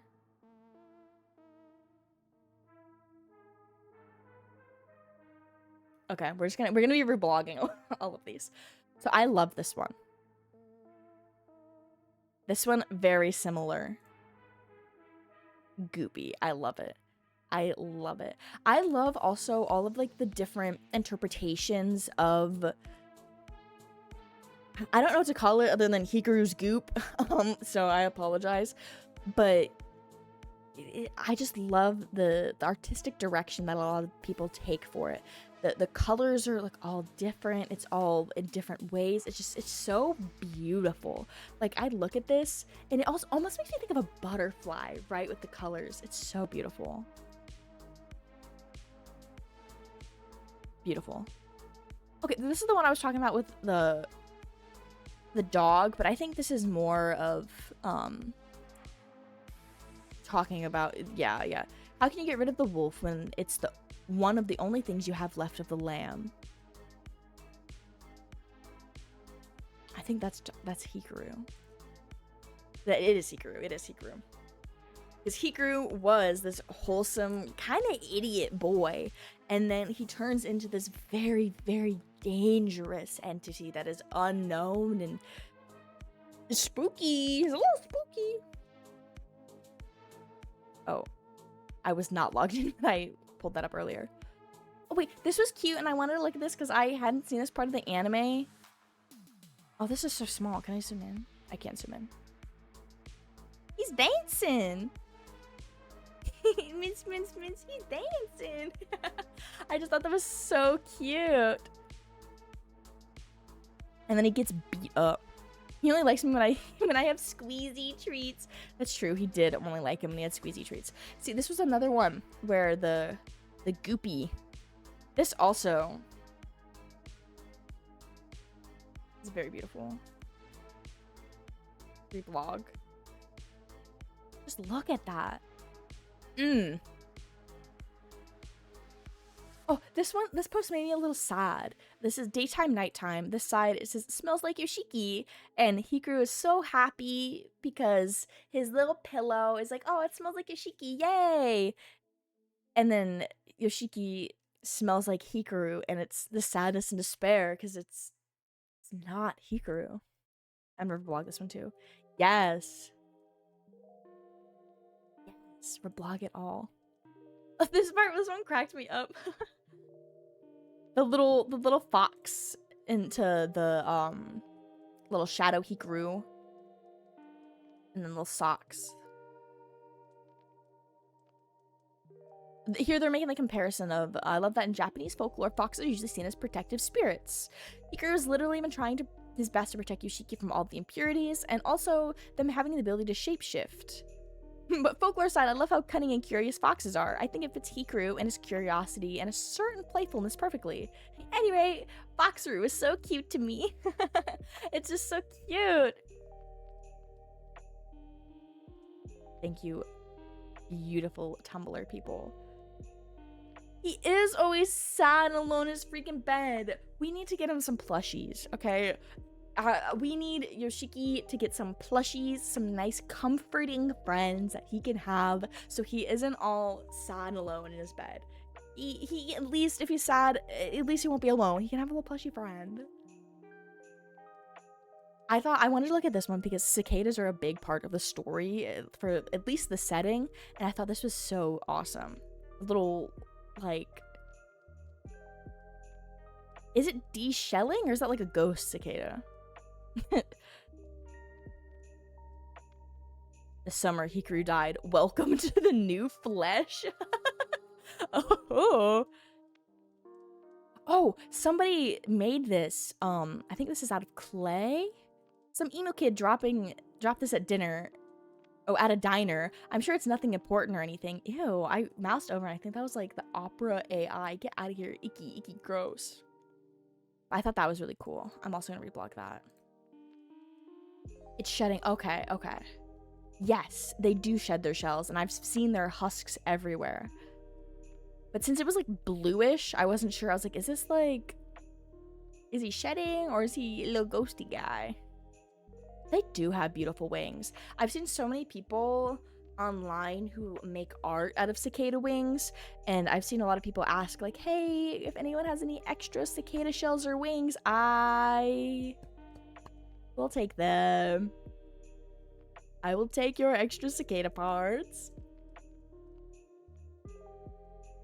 Okay, this is the last Tumblr post that I had pulled up, and this was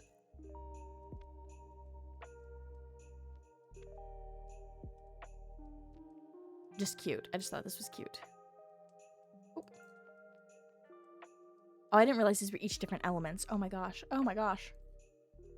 His little hair clip. His little hair clip. My darling, all I want is to be your moon and show you the little stars of my heart. Oh, they're so beautiful. They're so beautiful. Okay. Now we have our YouTube videos. Okay, we're gonna look at this bug. Oh! We're actually not looking at the bug because I forgot that's not gonna come up. But that is the image. I've never seen a cicada that had just, like, I've seen their shells and I've seen cicadas, but I've never seen a fresh one. I've never seen a fresh one out of their shell. Oh my goodness, that's so cool. They're so pretty. That's such a pretty color. Oh, bugs are so cool. Okay.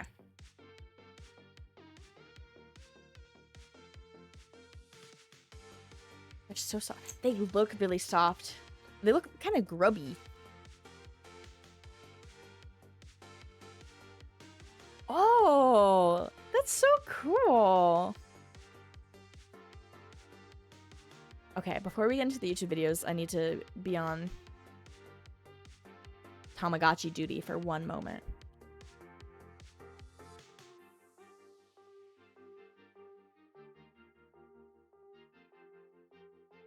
I thought my Tamagotchi was evolving. I got kind of excited.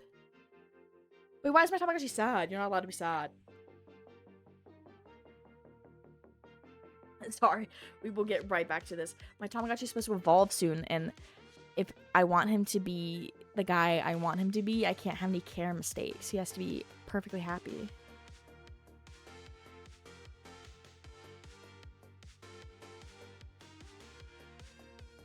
Mama time is almost done. I'm saying all this, but we could literally watch a video while I take my Tamagotchis. Okay, I am going to mute our music. I'm going to turn on the VOD backtrack. So these videos will be available to listen to right now, but a lot of them, their music, I'm not sure on. So I will have a VOD backtrack. Let me make sure it's actually a backtrack. Yes. Okay. Perfect. So this...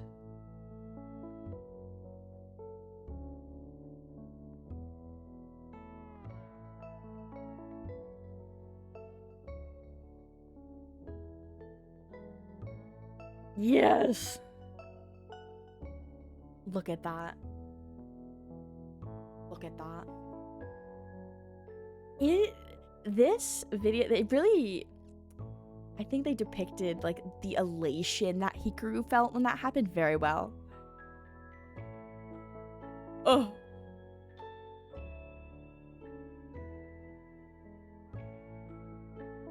Oh, I'm feeling things about them. I'm feeling the good things. Okay. Oh, I should have posted that in the chat. What's this one? These are all the videos that Safti linked.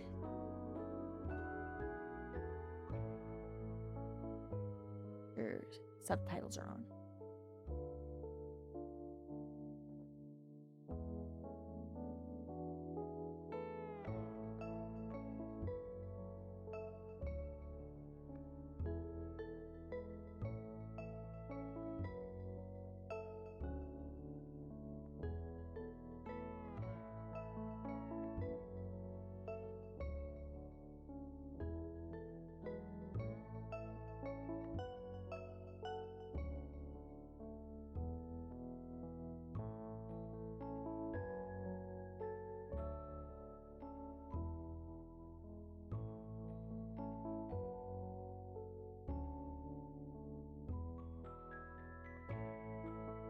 Look at him.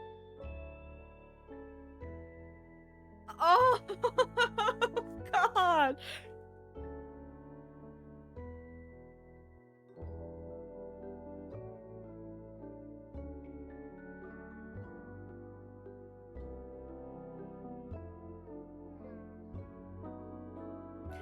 Honestly, I feel like this video is about to make me tear up a little bit. Oh, wait.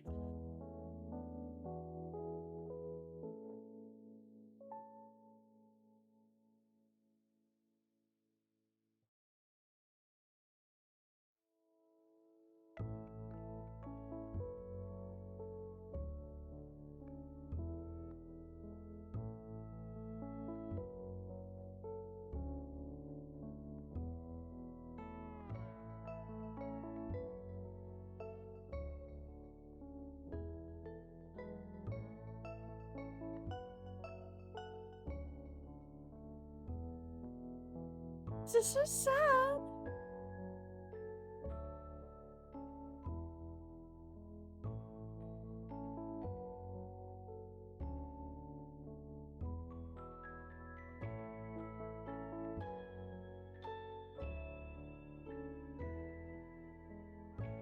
For real.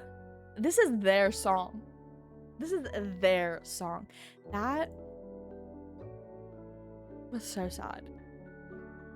I almost teared up a little bit. That was so sad. At first I was like, oh yay! And then they showed like the Hikaru stages, and then from there on out, I was just, no, wait, why is this so sad? Okay, we're gonna watch this one last, I think. This is the one, the Summer Hikaru Died Village, anime location in Japan, anime pilgrimage to Mitsue Village. We have this one.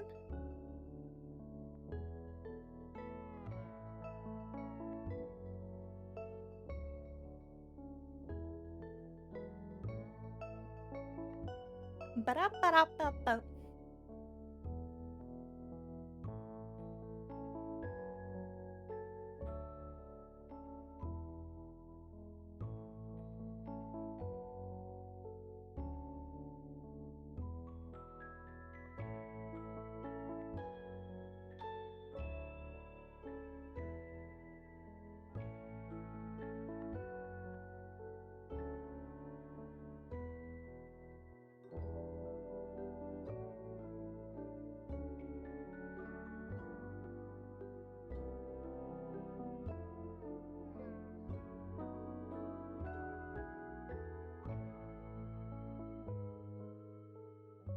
Oh. Oh.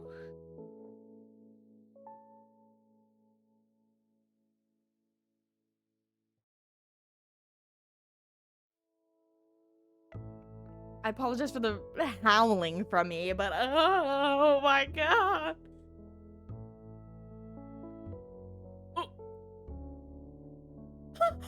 Hold on, no way.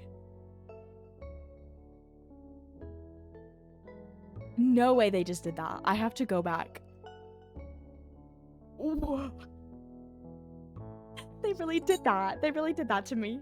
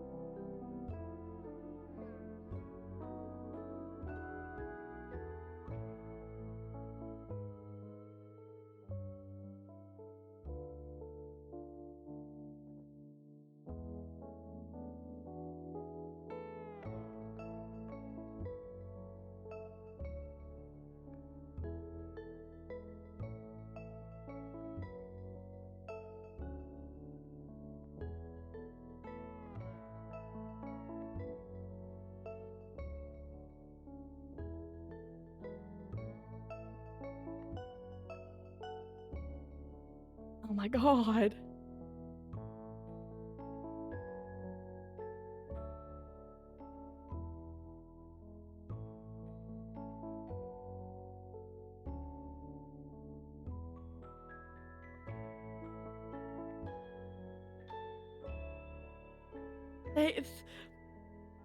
Thank you for making that. Queer coded or just gay? Oh. Oh, it's so good. Oh, this is one thing that I haven't done in so many years. I really just need to start watching random YouTube videos of content that I like. I feel like at some point in my life, I just removed myself so far from fandom where I just like enjoy media in my own time and like that's it. What's the fun in that? What is the fun in that? I need to be pulling up Tumblr. I need to be pulling up YouTube. I need to be pulling up everything to every single piece of media I consume so I can just bask in the joy and beauty and horrors of fandom. Oh my god. Like I need to emotionally recover after that one. With this one. We're gonna recover with this one. I'm Fujoing out about everything I love. Yes! Yes! I need to take note. I need to do that as well.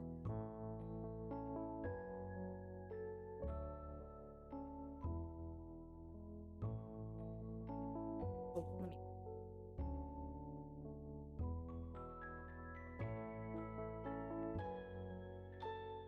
Oh man, I forgot to...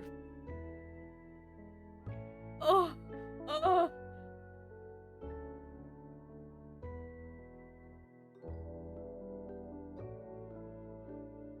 I mean, just looking at the title, I don't know why I thought this was gonna be my recovery video.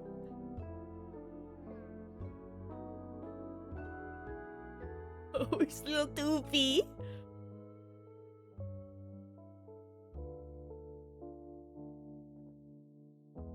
Oh my god.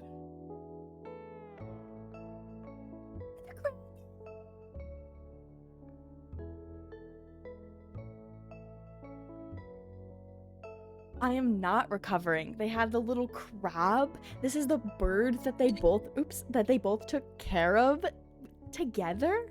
Oh my god. Oh.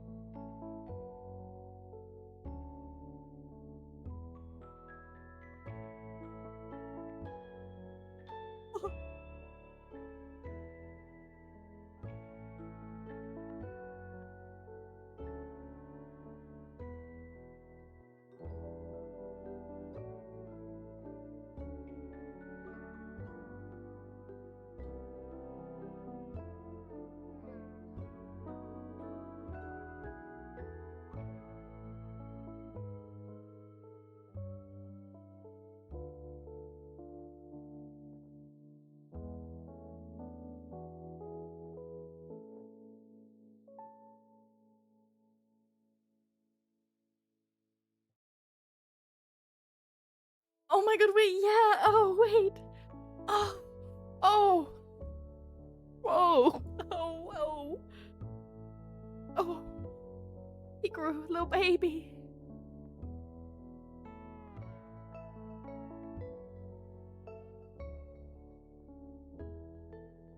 Oh.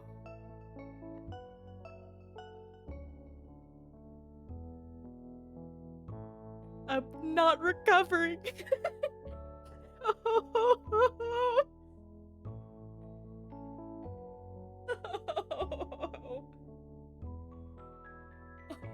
Oh.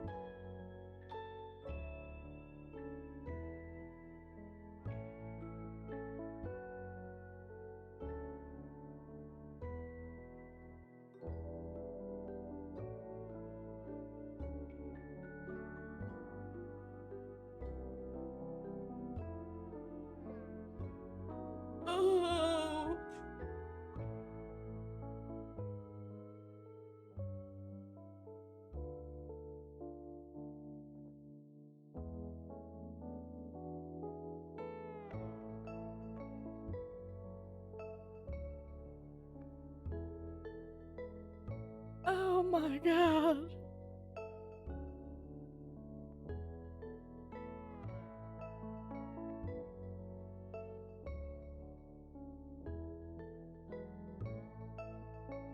Oh!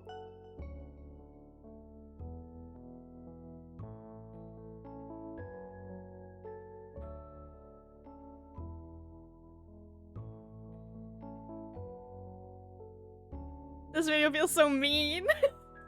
Oh.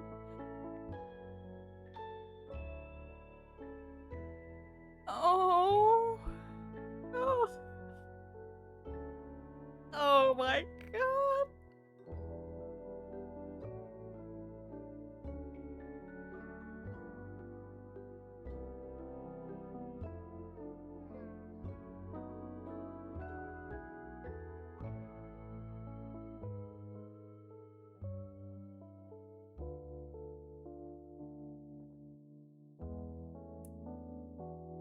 Oh, they're so all cute.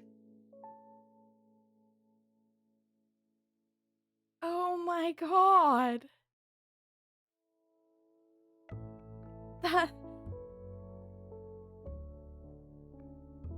I'm gonna close out of that one. Firstly, let me say, I adore people's creativity. Second, I want to chew on that video for making me feel things. I am gonna go like a little kitty, just cause that was art. That was cinematic. It was beautiful.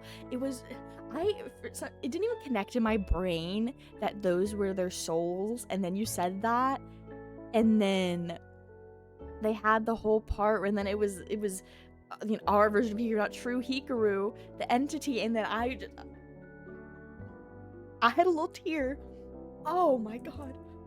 I'm gonna be watching that one later again. I'm gonna watch it later, and then I'm gonna just cry all of my little feelings. Oh my god, that was beautiful. That was beautiful. Okay. I wanna, the person who made that, I wanna hold them, I wanna stare into their eyes and go, thank you for doing this to me. It hurted, but it was worth it. Oh my god, that was so good. Okay. We're gonna watch this video. I don't know if we're gonna watch this whole video. I want to watch the intro, and we might skip around to see a few places in the video. Let me use my last ad to snooze.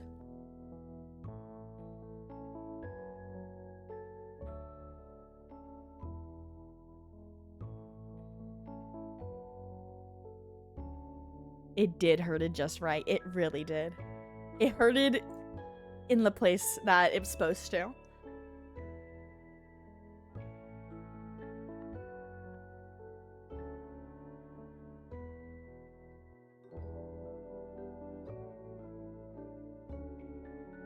Whoa.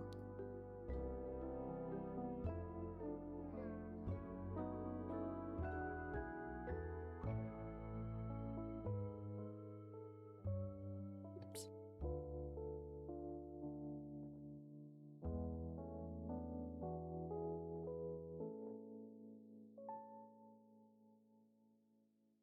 Sorry, let me click on this real quick. Oh my gosh. I think these YouTube links I've been posting have just been basic links to YouTube.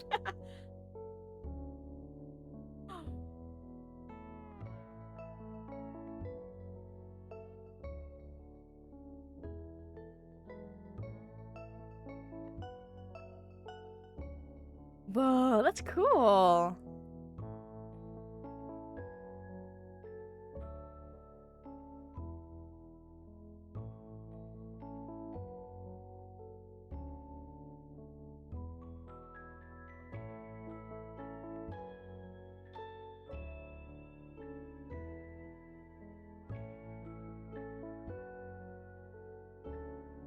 Oh, me too.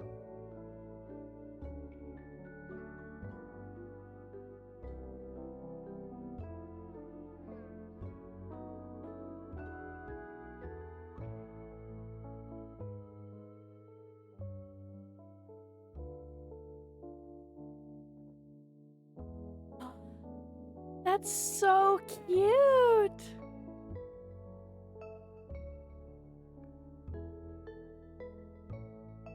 Also, can I say, I love what they have done with having the real images from the manga like printed out so they can hold it up to show at the real places, and that is beautiful, and it really shows that they really are just like almost one-to-one.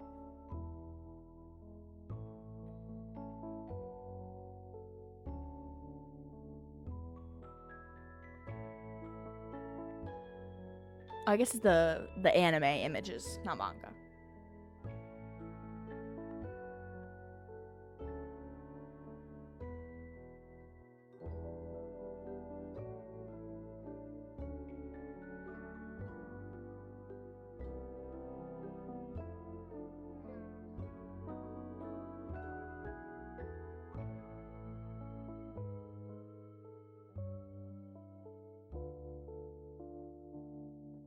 Oh,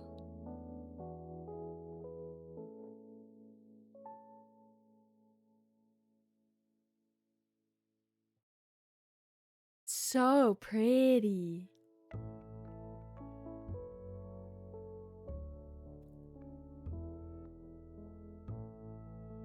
Whoa.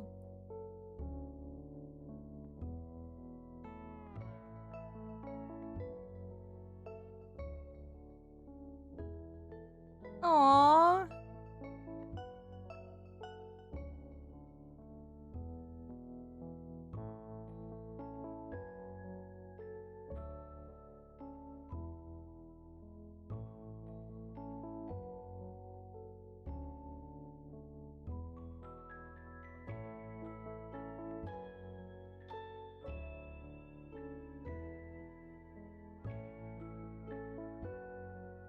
Right?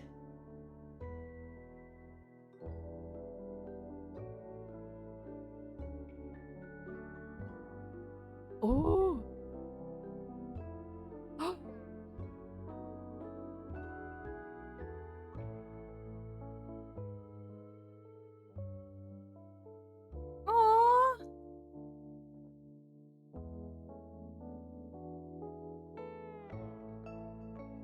That's so cute.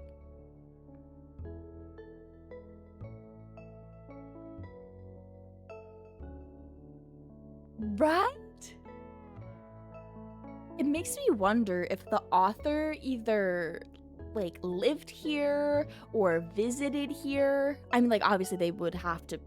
I mean, I would assume they probably would have visited at least for all of these locations.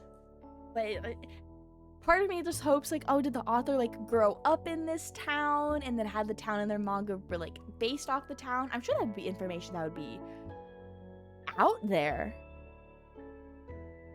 Yeah, because like all these places are like almost one-to-one from the anime, which is based off the manga, so it's crazy seeing all this.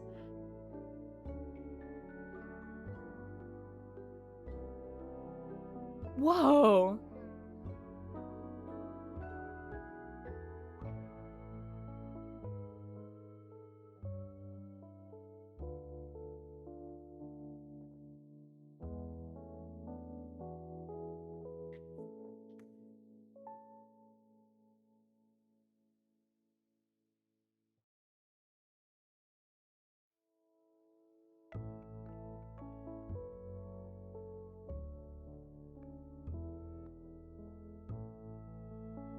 Oh my god.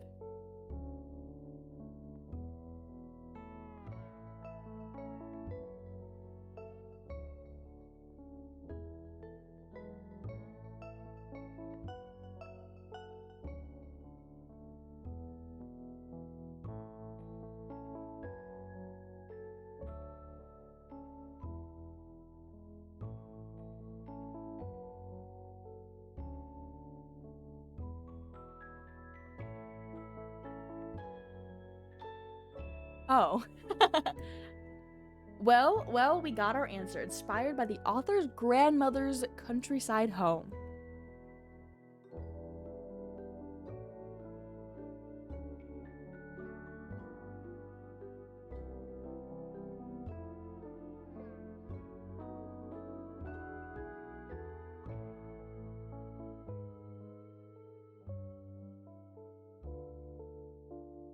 I'm also so glad you talked about that and this, because I was wondering earlier, because I was saying I love how they have like their little accents, and I was talking about I wonder in the Japanese if it's like the same way, and I wish I could speak Japanese and read Japanese so I knew if they had like a different dialect in the manga. So I'm so glad that she brought that up, that they assume they're from the Mie prefecture and they have that dialect. Oh, this is so awesome.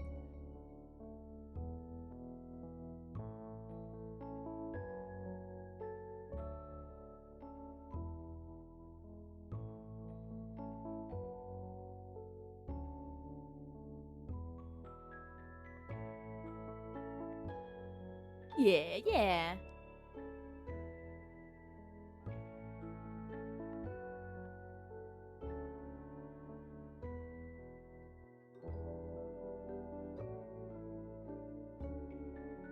Oh, really? I didn't know that.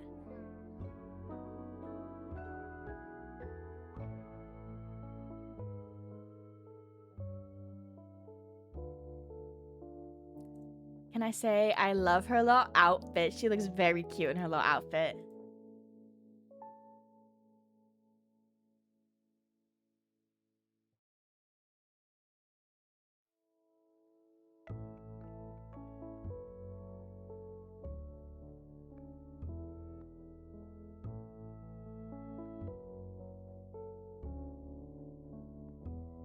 Okay, so the rest, she's talking about the village, and the video is linked in the summer the Hikaru died thread, and it's near the bottom, so you wouldn't have to scroll past like all of the spoilers. But I don't know. I think we're gonna stop the video there. Okay. It really does look like a nice little town. It looks so cozy, and I hope. One thing I always hope. I hope that tourists who go there are kind and respectful. I always hope that when anywhere. I know Japan can have a huge issue with tourists, but I also, it's a small little town. I hope that tourists who come to see places from the summer Hikaru died, I hope it gets a little business booming and helps them out. I know it could be rough to have a business in a small town. Oh my god. That was beautiful. That was beautiful. We do have our ad upcoming in a minute, but we're pretty much done for the day. I think we did all of our discussion. We looked at everything. We talked about everything. We watched our videos, and I want to go look at some more videos later because, because I want to hurt more. I guess I don't really have an explanation other than I need to see the update schedule for Summer Hikaru Died. Thank you for that hydrate and the stretch.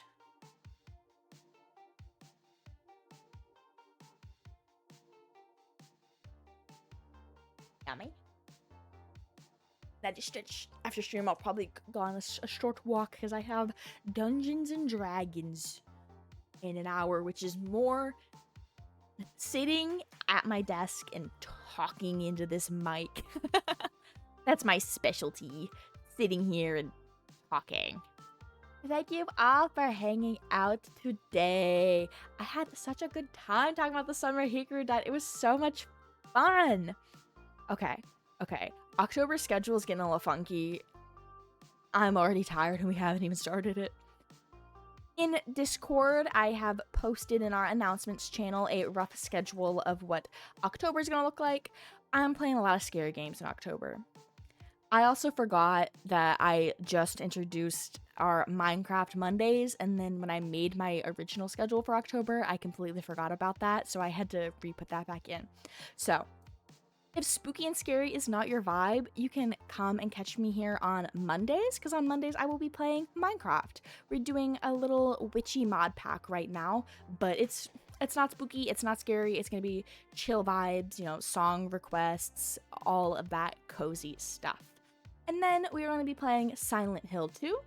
We're going to be playing Dark Pictures, House of Ashes, The Money Graveyard, Indigo Park, The Dead by Daylight Dating Sim, Rambo, Sucker for Love, A Date to Die For, Outlast, Amnesia, The Dark Descent, and On Halloween, we are going to be doing a 5 Nights at Freddy's marathon, where I will start with FNAF 1 and we will play all the way through 5 Nights at Freddy's 5. That's gonna be a long stream. That's gonna be a long stream. But it's gonna be so much fun. And with that, I will see you all next week, or on Discord, or on Blue Sky, or on Tumblr. And with that, bye-bye.